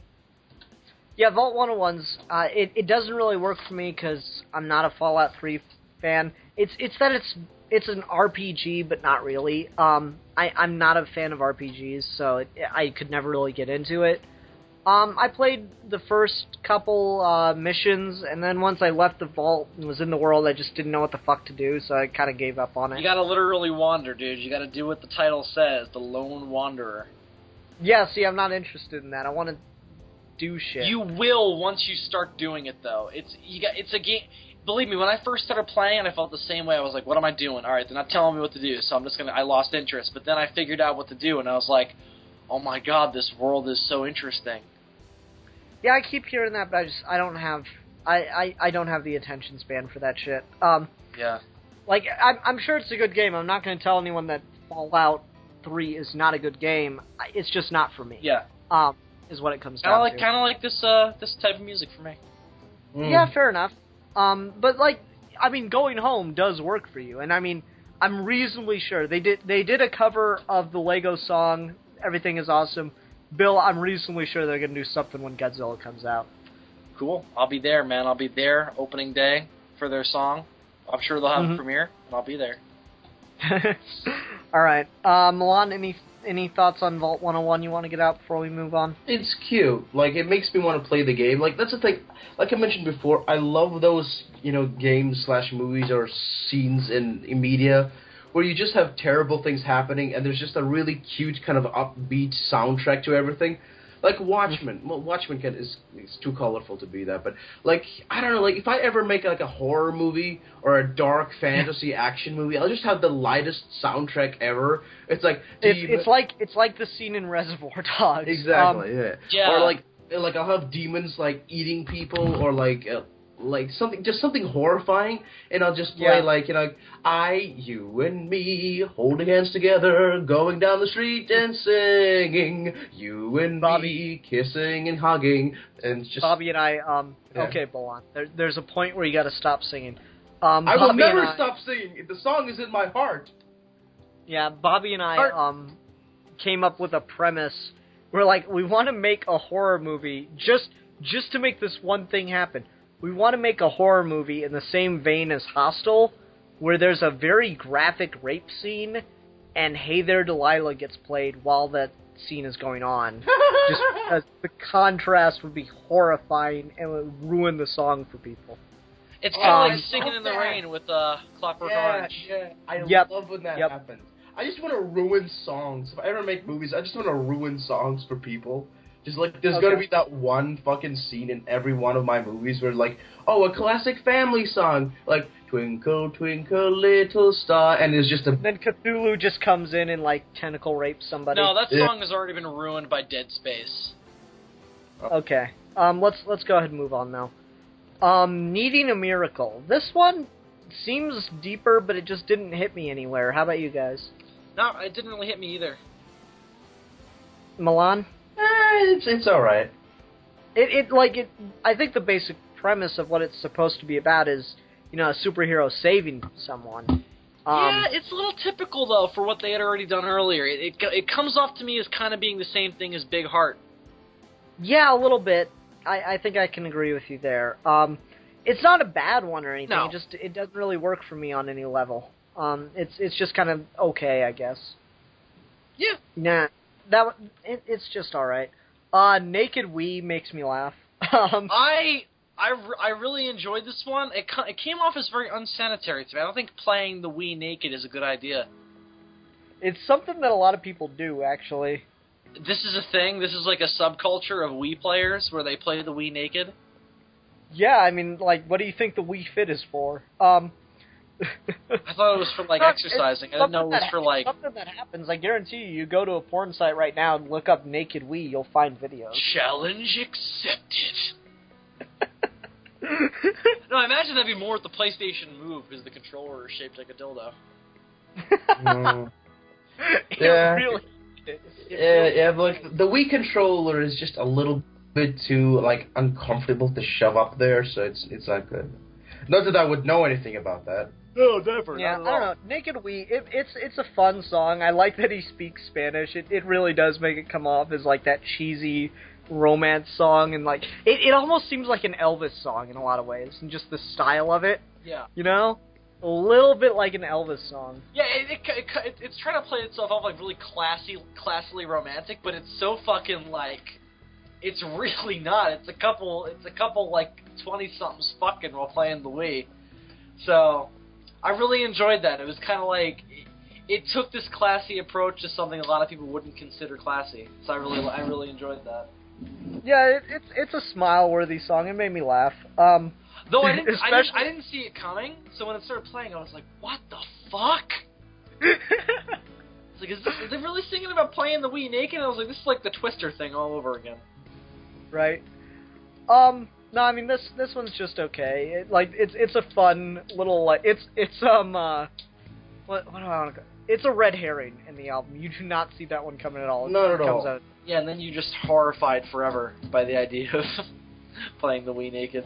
Oh, it's not that bad, Bill. What are you, a freaking nun? Yep. Yes. Yes. I'm nun, Milan. Milan, raw Godzilla in a nun suit. Do it now. A nun suit? Whatever you call it. A nun dress? Whatever. How do you get a nun pregnant? Don't you judge me. How? Judge me? How do you get a nun pregnant? I'm a smart. Dress her up So, Bill, how do you get a nun pregnant? Dress her up like an altar boy.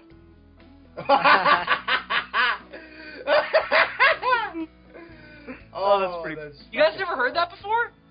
No. Really? I thought, oh, okay, I feel better about that now. I was like, oh, they still know that joke. That joke's so old. No, never heard it. Alright, let's go ahead and move on then to Henchman.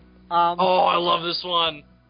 Yeah, this is pretty funny. I like that all the little, like, points on his application. Like, I was on the moon for a month one time, and, like, I got to drive a submarine and shoot lasers out of it. It's one of those things where it's like, it's gotta be a thing in mainstream superhero universes where henchmen just, like, are on a hotline. Right? Where it's like, you just like, okay, Henchman 101, so here's Crooked Eye Jimmy. You want a Joker, Riddler, Deadshot, like, oh. No, I really like that. It's just so funny. It's like, does your secret lair have a covered lot for my car? And it's like, I want to work from noon to 4. Yeah, what do henchmen work in shifts? Because they're always just like around, you know. Oh, I saw this. I listened to this podcast called Feed, and they did this bit. You listen to another podcast besides Geeky Gentlemen? You whore. I do others aside from Judas. How dare you dedicate your life to other things besides us?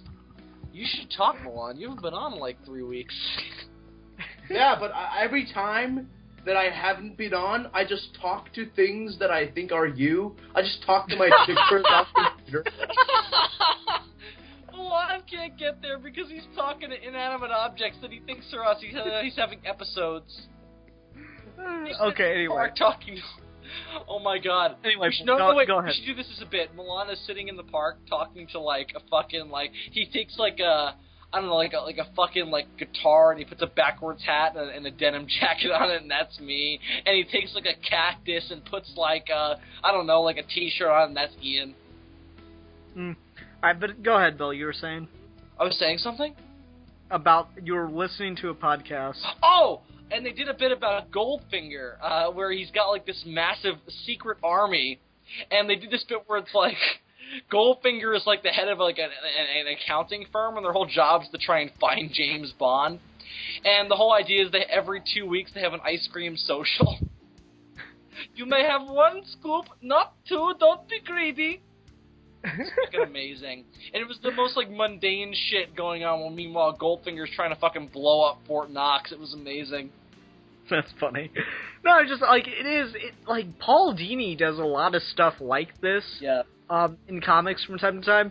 Like, I remember one episode of Justice League, 2 henchmen are sitting there talking about their, like, stock plans and stuff. Yeah. And I just like that, you know, the henchman's like, do you offer a 401k? You know? It's like, how would you even get that to roll over to your other jobs? Oh, it was amazing. My favorite part of Justice League. It really feels like it should be on. It feels like it should be the soundtrack for an episode of Venture Brothers. Yeah. Because it fits that universe so well. I mean, with like the bureaucratic supervillains and stuff. It's funny. I mean, how does is there like a not a labor? I mean, what's that word? A union. That's it. A union. A henchman union.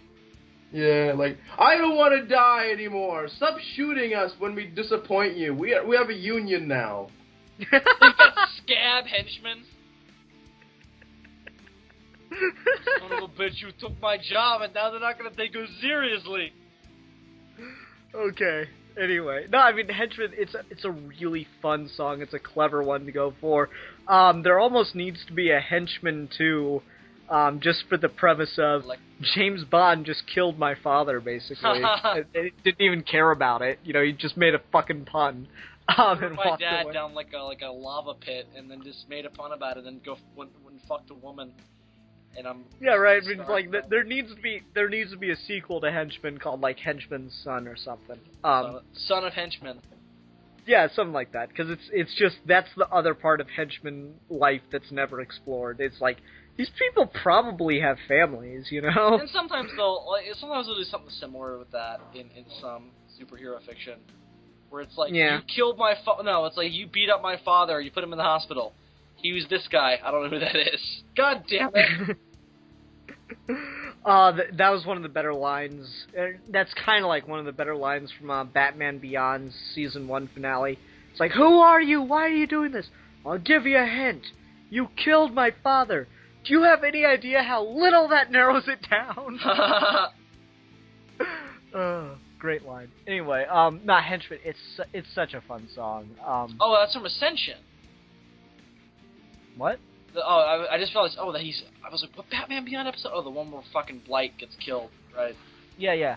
Let's go ahead and move on to Parachute then. Sure. This is another one, a lot like Needing a Miracle. It doesn't really work for me. It's very unmemorable. Yeah, which is kind of disappointing in their top 20 geekiest hits, you know? Yeah. I feel like there should have been something else here because it's good. There's nothing wrong with it. It's just like, it goes on a little too long. It's like almost 4 minutes long. Yeah. Doesn't really work for me. It didn't strike me in any particular way whatsoever. I was like, it's just kind of going. You know what I think the problem is? When I Miss You, Needing a Miracle, and Parachute, they're a lot different. They're very similar in style, and they stand out from the others in that they're not really specifically about any one thing, and they don't make many references. You know? Yeah, I think one of the things that makes this so special and makes it so fun is the references, and is the incorporation of the references. When they're very vague, it's just not very engrossing, and it kind of comes off as any other pop song. Yeah, I mean, like, Henchman and Villain Song are in the same kind of vein, and so is Big Heart, I suppose. And then Booty Do Math and Naked We are in the same kind of vein as just silly, along with Grandma's House. But When I Miss You and Need a Miracle and Parachute, they're very general. Like, they have When I Miss You, I'm still not sure about, but Needing a Miracle and Parachute definitely have some kind of, like, you know, you can feel this ties to superheroes saving people somehow, but it's, like, not sure, It's like, a little which bit too hero vague. they're referencing. It's a little bit too vague, yeah. Yeah, it's just too general, too vague, and that's the problem with it. It doesn't really work. It's just not engrossing. It just doesn't get you wrapped up in what's going on in the song. It's just the song's just kind of happening. Yep. Yeah, I agree with that. Yeah. It doesn't really work for me. It's not bad. Like, that's the thing. There's no, like, bad song on this, I think. There's just some that are just kind of okay. No, yeah, exactly. I mean, that's almost more annoying, because it's like, I just don't feel into this in any way. Mm-hmm. Let's go ahead and move on to Roll Over. This was pretty silly. I enjoyed it, though. The chorus is really fun, you know. Yeah, so, hang on one sec. Okay. Milan? Yeah? What do you think of Roll Over? It's okay. Yeah, I think it's kind of silly, kind of fun. I just like, you know, the chorus is probably the best. Roll over. It's cute. It's like it has the feel of like rolling around, fooling around with your girlfriend or boyfriend. You know, it's like, yay, we're gonna have Geeky cutie thing going on. Yeah, it's more of a party song, I think. I like the rapper verse. When they get the rapper to come in, I like his verse. It's pretty good. Geek references in there. He's apparently macking on the Powerpuff Girls, who I suppose are of age now. And doesn't make it any less creepy. Hey man, you tell me if you saw if there's 18 grass. Are you gonna say if there's grass on the field, play ball? Is that what you're gonna say? Oh, fuck off. No, I said if you saw an 18-year-old Powerpuff. I said of age. Not. I didn't say that if they're old enough to bleed, they're old enough to breathe. Which, all right. Someone needs to make this happen because it'd be hilarious. Do Powerpuff Teenagers, where the girls get their first period, because that's a hilarious ground. No, it's not. Stop. Stop. It really is. It sounds kind of funny in theory, but I think in practice it would just be kind of gross. It just like, let's just deal with like fucking nerds wanting to fuck things from their childhood. It would almost be hey, like man, that you wouldn't fuck, like, I think Kevin Smith did it best, alright? I think Kevin Smith explained this better than anyone else. When he's talking about Batgirl, it's like, it's all the things that are awesome about Batman, and you can have sex with him. Oh, I remember this, yeah. One of the best Kevin Smith quotes. Batgirl is everything awesome about Batman, except you can have sex with it. I mean, like, isn't it strange that there's just, like, vagina versions of our favorite heroes? No, Nostalgia Chick has talked about this a lot. Yeah. But there's a lot of just, you know, super girl, Batgirl. It's, honestly, if you wanted to make Wonder Woman really, like, fit in with the rest of the DC Universe superheroes, she should have Wonder Boy. She should have, like, a male. Well, there's a Wonder Man in the Marvel Universe who is a fucking... Who gives a fuck about him? I don't know. I mean, it's not a bad thing. I mean, Batgirl became, Barbara Gordon became much more interesting over time and stuff. Yeah, I mean, it depends on how it's done. Like, Wonder Girl, who gives a fuck? Like, nobody cares. But and like, I mean, Aqualad's been made interesting more recently. Yeah, he was a pretty big character in Young Justice. Yeah. So You make any sidekick black, and immediately you've got a major. I think the next Robin should be black. That'd be kind of cool. I think he is. Someone actually posted this, and I thought it was an interesting idea. What if they made the next Robin Static Shock? Ooh, no. No. Because then it's just like, a standalone black teenage superhero. Let's make him a fucking sidekick to a big, strong white man in a cape. No, because Static Shock was always like training to be a independent superhero when he was younger. I think that would work. No, because he's too likable as his own thing. I don't think he would work as Batman's sidekick. Yeah, but he couldn't carry his own book. Is the problem? Well, that's not his fault. It's racism, obviously. Yeah, it's obviously no. racism. That was definitely his fault. No, didn't they set up a girl in Snyder's run to be the next Robin? Yeah, I have no idea. It's like Bluebird or whatever. I like her actually. Yeah, and they brought back. I'm excited if she's good. They actually brought back Stephanie Brown. No, god damn it, why? Did they? I don't know. Just leave the bitch dead. She was so much better when she just fucking died. That's horrible, Ian. I hate Stephanie Brown. The only good thing Stephanie Brown ever did was die. See, you hating people that aren't real. This is something I don't understand. That's what I do all the time. I don't hate anybody who doesn't exist. No, I hate the character. She's so... Fuck that like, bitch, man. I'm glad she's dead. No, Bill and I are going to do a mini after we're done recording this episode where we talk about things that we... like, just things that stand independent in an episode or in a TV show or movie that just we automatically enjoy them.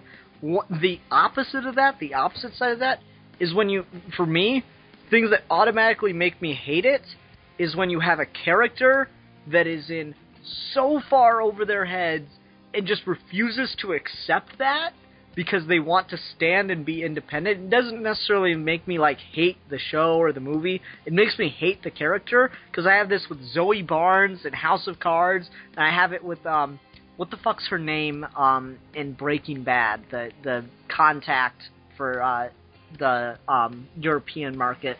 I hate her, and I hate Stephanie Brown. He's a closet misogynist. No, because I like River Song and Wonder Woman, so there. Okay, let's go ahead and move on, though, from Rollover, since we're not talking about it at all. But I'm really sad they didn't bring Cassandra Cain back. At least she was competent. Yeah, Cassandra Cain was a fucking badass. Yeah. And, like, they just got rid of all the interesting things. Like, Misfit isn't there anymore. They had a whole fucking world to play with. Oh, let's just start it up again. Uh-huh. Alright, let's go ahead and go to North of the Wall. This was a fun idea. I'm not a big metal fan, so I couldn't really get into this one. But it does work. I mean, it makes sense with Game of Thrones, bro. Yeah, I mean, there's a couple of lines that I like in it. I love the use of, what do we say to the god of death? Not today, not today. That was a cool line. I thought that was great. Because that's one of my favorite lines from Season 1. It's like, there's only one god. His name is Death. And what do we say to death? Not today. I love that line. Oh, that's perfect. No, I mean, this song, it's fun. I mean, it's really good metal. It's really fast-paced and energetic. It's variety, which is something I was looking for more of in this album. Yeah. Yeah. It's not white man singing guitar. Yeah, it's not, definitely. It's not, you know, like, I am sad. Yeah, it's definitely. fucking like, man. Yeah, right. It's like, blood. We're gonna... Yeah. Yeah, I like this one, though. It's fun. I mean, this one didn't grow on me very well, but I'm sure if I gave it enough time, it would more. Yeah, I enjoyed it just because Game of Thrones, bro. Right? Dun dun dun dun dun dun. I think, Bill, we have our next Bad Capella. No, we're doing something else for next episode. Bad Capella what? Bill and I started a show. Oh. You're not involved. Be sad. I am... that's my secret, gentlemen. I'm always sad. Oh! And he just gets fatter. Oh, no. That was mean. I'm sorry, Milan. Oh, I'm sorry. That was just too epic. I can't even be sad now. I'm just impressed. Oh. That's my secret. My stuff's cool. Okay. No, I mean, it's a fun one. I like all the references to Game of Thrones. That's what makes this band really fun, is all the references they cram into a song. It's kind of it didn't strike me in the same way that Ring Capacity did, but it's kind of the perfect storm of both things, where it's like it's something different than what they've been doing. It's energetic. It's also filled with references. So, yeah. About it. Where my dragons at? Where my dragons at? I felt that way with the first season of Game of Thrones. I was like, where are the dragons? Well, that's what makes Game of Thrones cool, is it's very, very subtle magic. And then, like, Season 2 and 3 happen, and you're like, holy fuck, the dragon just fucking grabbed a fish out of the water and then threw it up in the air and flamed it and then ate it, because it eats cooked food only. That's Anyway, let's go ahead and move on to the last song, which, really, it is button heads with Ring Capacity for me, the more I listen to this one. Wait, what was it called again? The World of Heroes or something? I want to live in a world full of heroes. Perfect. The last song. It's like the perfect thing to end the album on. It's perfect. Yeah. I mean, it really just captures that feeling of, like, reading comics and watching, you know, these movies and shows, these superheroes when you're younger, is you just get so engrossed, and you just wish you were part of it. And, you know, like, you get the... And I do this, too. You get the nerds like, no, I wouldn't want to fucking live in the Marvel Universe. It blows up every week or whatever. Well, yeah, I get that. But at the same time, there's that, like, just childhood joy of just, I would so love to just look out my window in the morning and just see fucking Superman shoot across the skyline, right? I think these are places you more want to visit. Yeah, I guess. I think that's still, more the like, It would be exciting. I mean, like, Yeah. in Gotham City, you gotta, like, you know, like, living in Gotham City, you gotta be tough, man. You gotta be tough, or you're gonna get shanked. That's how it is in my... You're gonna suck some dick when you move to Gotham. Yay! There's also like just the tone it gets to, where like you want to be in this world so you can hang out with these characters that you read about. It's like, you know, I'll like learn how to exercise with Colossus, and I'll hang out with Hellboy, and he'll teach me how to smoke a cigar. Oh, and I totally want to hang out with Hellboy. Oh. Right? Can I hang out with Hellboy now? No. But Ron Perlman can like get in the makeup. We can like go to a bar. He's only gonna do that if you're a dying child. I can threaten to kill myself. No. I can just inject you with cancer if you want. No, I should like, do what actually, fucking Stan from South Park did and like put my balls in a microwave and like get like testicular cancer just so I can get medical marijuana. All right, let me just throw this out there before it becomes completely irrelevant. It's not something that gets mentioned enough, and it really needs to be, because it's just such a nice guy. There's a kid, for his Make-A-Wish Foundation thing, he wished he could spend the day with Hellboy, and Ron Perlman actually went through the process, put on all the makeup, and just hung out with the kid all day. Yeah, I heard. That's what I was referencing. Yeah, he's a really nice dude. I'm kind of taking the piss out of him a little bit, but I love Ron Perlman. Ron Perlman is a fucking saint. He's a great guy. Him and Christian Bale should like they should team up to like solve world hunger.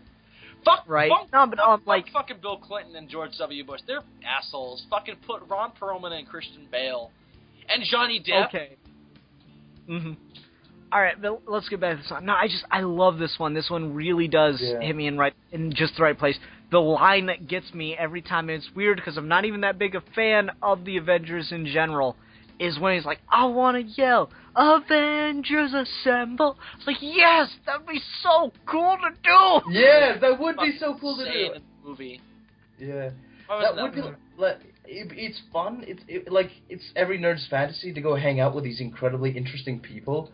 But wouldn't it be like, you know, like what people who want to hang out with celebrities are like now? Like, I want to hang out with Brad Pitt. He's gonna, I don't know, let me touch his abs or whatever. What's the chances of that happening? Fairly high, actually. No. No, I mean, like, I guess, but I understand what you're saying, man. No, Milan, you're just trying to inject sadness into it because you're sadness and male sex. That's what you're trying to do. And I partially appreciate that because you've got balls, but it's you know. No, I'm sorry. I don't mean sadness. I just really do love the song. It's so much fun. It just really captures that joy you feel when you read comics and stuff when you're young. And yeah, I mean, I got into comics when I was older, but I still had some when I was a kid, and I remember watching a lot of the shows and being into them. To me, when I was a kid, I wanted to be in the Godzilla universe and like look up and see these monsters killing millions of people. Jesus, Bill. Yeah, you'd be like that little kid, that little fucking psychopath kid in the Gamera movies. Gamera's like destroying a whole town. Psychopath? No, wait a minute. There were no wait a minute. Let's just establish some ground rules. When Gamera had kids riding on his back, he wasn't killing anybody. He was saving people. Nobody died at the hands of Gamera when kids were on his back. Anyway, I understand what you're talking about, Ian. I get the feeling for this song as well. It's really just kind of light and fun. It's a perfect way to end the album. Just like, we comic book geeks, and we love these characters in these worlds, and it would be amazing to just look out from your window one day and just see Superman just fighting a giant robot. Then he just flies by and goes, "Hey, stay in school," and I'm like, "I will, Superman! Hooray!" Yeah, I mean, like, honestly, illegal substances. like one of the things that works about it, and it's something that's pretty good to reference right now. Have either of you seen the Superman with a GoPro video that they made? Not yet. I've heard of it. It's a really great video, and you should watch it. Because it's really well shot. It's really clever concept, but also what works about it is the premise is Superman finds a GoPro with a tag on it that says, "If found, please return to this address." I've seen this one, yeah. Yeah. And then he just puts it on and flies around. I'm like, that's the kind of shit that I imagine would happen if I lived in the DC universe. It's shit like that would happen to me, Yeah. I'd get to interact with Superman every so often, or like run past the Flash or something. It'd be so cool, and like I'd want to be all like buds with these guys and stuff. And like Flash is a character you would actually be friends with, because Flash is a really like friendly dude in his universe. Batman don't want your shit. He wants nothing to do with you. Yeah. They're like, oh, actually, Batman, he's like, fuck off, kid. Yeah, like, busy dude, it's brooding. like, yeah. But Flash is like, he's the town hero essentially. There's a museum. Everyone knows who he is. Like, I bet like he like people kind of knock on his door one day and you say like, hey, dude, you saved my kid from a fire. Here's some in like a pot roast, and give us a hug, have some coffee. I get that. That would be cool. Just like. That could actually happen if do some cookies. I mean, like Flash is fantastic though. He's someone that you'd want to hang out with, and I think this song just really captures that. Just that joy of like, man, I know I can't, but it would be so cool to get to just hang out with Power Girl and be the nice guy that actually looks at her face the whole time. I can't honestly say that would be me. I can't lie. I'm like Captain America. I can't lie. I will stare at your tits, though. I could stare at your tits any day, Bill. And there you come along. That's why our relationship only works over Skype. I get it. Bill, I just want you to know, if you ever come to my house, I will have a very strong... I will try my best, but I cannot promise that I will not go honk honk to you. Oh... It's people used to do that to me all the time in high school. They're like, "Hey, Milan, let me touch your breast." You're fat. And I'm like, "Stop it!" And I'm like, "Haha, you're fat." Oh man. Okay, now it just got sad again. Why? I thought you liked laughing at my pain. What happened to you? I'm trying to. I do, but you didn't do anything funny with that. It just kind of ended on a sad part. Why? If you'd said like. Honestly, the joke's on them because I got the stiffy from it. Like, that would have been hilarious, but no. That's what happened. Just gotta But Ian, that's what happened when you look at my tits. Titties are funny. No, okay, I think we're about done though. I love the last song. It's really button heads with ring capacity for me. I'm not sure which one I like more. Oh, I like Ring Capacity and Vault 101 more, but this was just good to end the album on. Really strong finish. Mm-hmm. Ring Capacity. 98.1. Yeah. All right. So, any final general thoughts about the album? Because we're about 2 hours in. Wow. It was alright. Yeah. It was alright. It was a fun. Like, if you're a nerd and this is a thing for you. Trust us. Yeah, like it's not like super deep right away, but give it time, it grows on you. Oh, and yeah. maybe if you like it enough, check out their other stuff. I mean, honestly, buy it off iTunes too, because one, the band needs support. They're not like huge names or anything. And one of the great things about what they did with the iTunes thing is it costs $10, but you're actually saving money when you buy it on iTunes, like as a whole album. Yeah, you are. Each Otherwise, it'd be $20. Yeah. Yeah, each song's $1, so it should be $20, but they cut it in half for you. So I mean, it's a really good deal. They're really nice, and it's a great album to have just a fun time to. If you're having like a movie, you're having like a geek themed party, it's great background music. Oh yeah, it'd be great for that. And I mean, if you're going on a trip to a convention this year, this summer, who would do a thing like that? Yeah, if you're going on a trip this year for like a NerdCon or something, buy Going Home if nothing else, because it is totally worth it just for that anthem, Let's real quick do a list, if you can, just off the top of your head, of the top 5 songs you would recommend, like on their own from this album. Oh God. Let's see. And it doesn't have to be in any particular order. Rig Capacity, Vault 101, Henchman, the Villain song, and the World of Heroes song, I would say are my 5. Okay. I just say buy the whole album. Trust me. Like, we have like very acquired tastes, but I guarantee you will like these songs. Mm-hmm. For me, it'd be Ring Capacity, Great Lakes Avengers, Marvelous yeah, that too. Girls. Fuck, yeah, that one as well. Yeah, Marvelous Girls, the Henchman song as well. Or actually, no, I'm going to say Going Home instead of the Henchman song. And then World Full of Heroes. Those are the favorites of mine off this album. And, another great thing about what they did is a lot of these are re-recordings, because I have the feeling that the band probably started out in the garage or something. Yeah. And so, like, Villain Song and Marvelous Girls are all re-recordings for 2014. Yeah, and they mark them. Yeah. So that's a really nice thing about it. But yeah, check. You can obviously find some of their songs on YouTube. Check those out to get a taste for it. But I definitely recommend this. This is pretty good. Let's go ahead and do our rating system on it. Bill, you start. I'm going to give it 3.5. 3.5. Oh, God. Jesus, I didn't prepare for this at all. Why don't you guys go first? I got to think. Okay, I'm going to give it 4 overly picky henchmen out of 5. I'm gonna give it 4.5 out of 5. Feelings of wonderment at living in a superhero world. That's a very strange thing. I'm not sure you can measure that objectively, but okay. Bill? 3.5 dead raiders who died happy because they were listening to this music out of 5.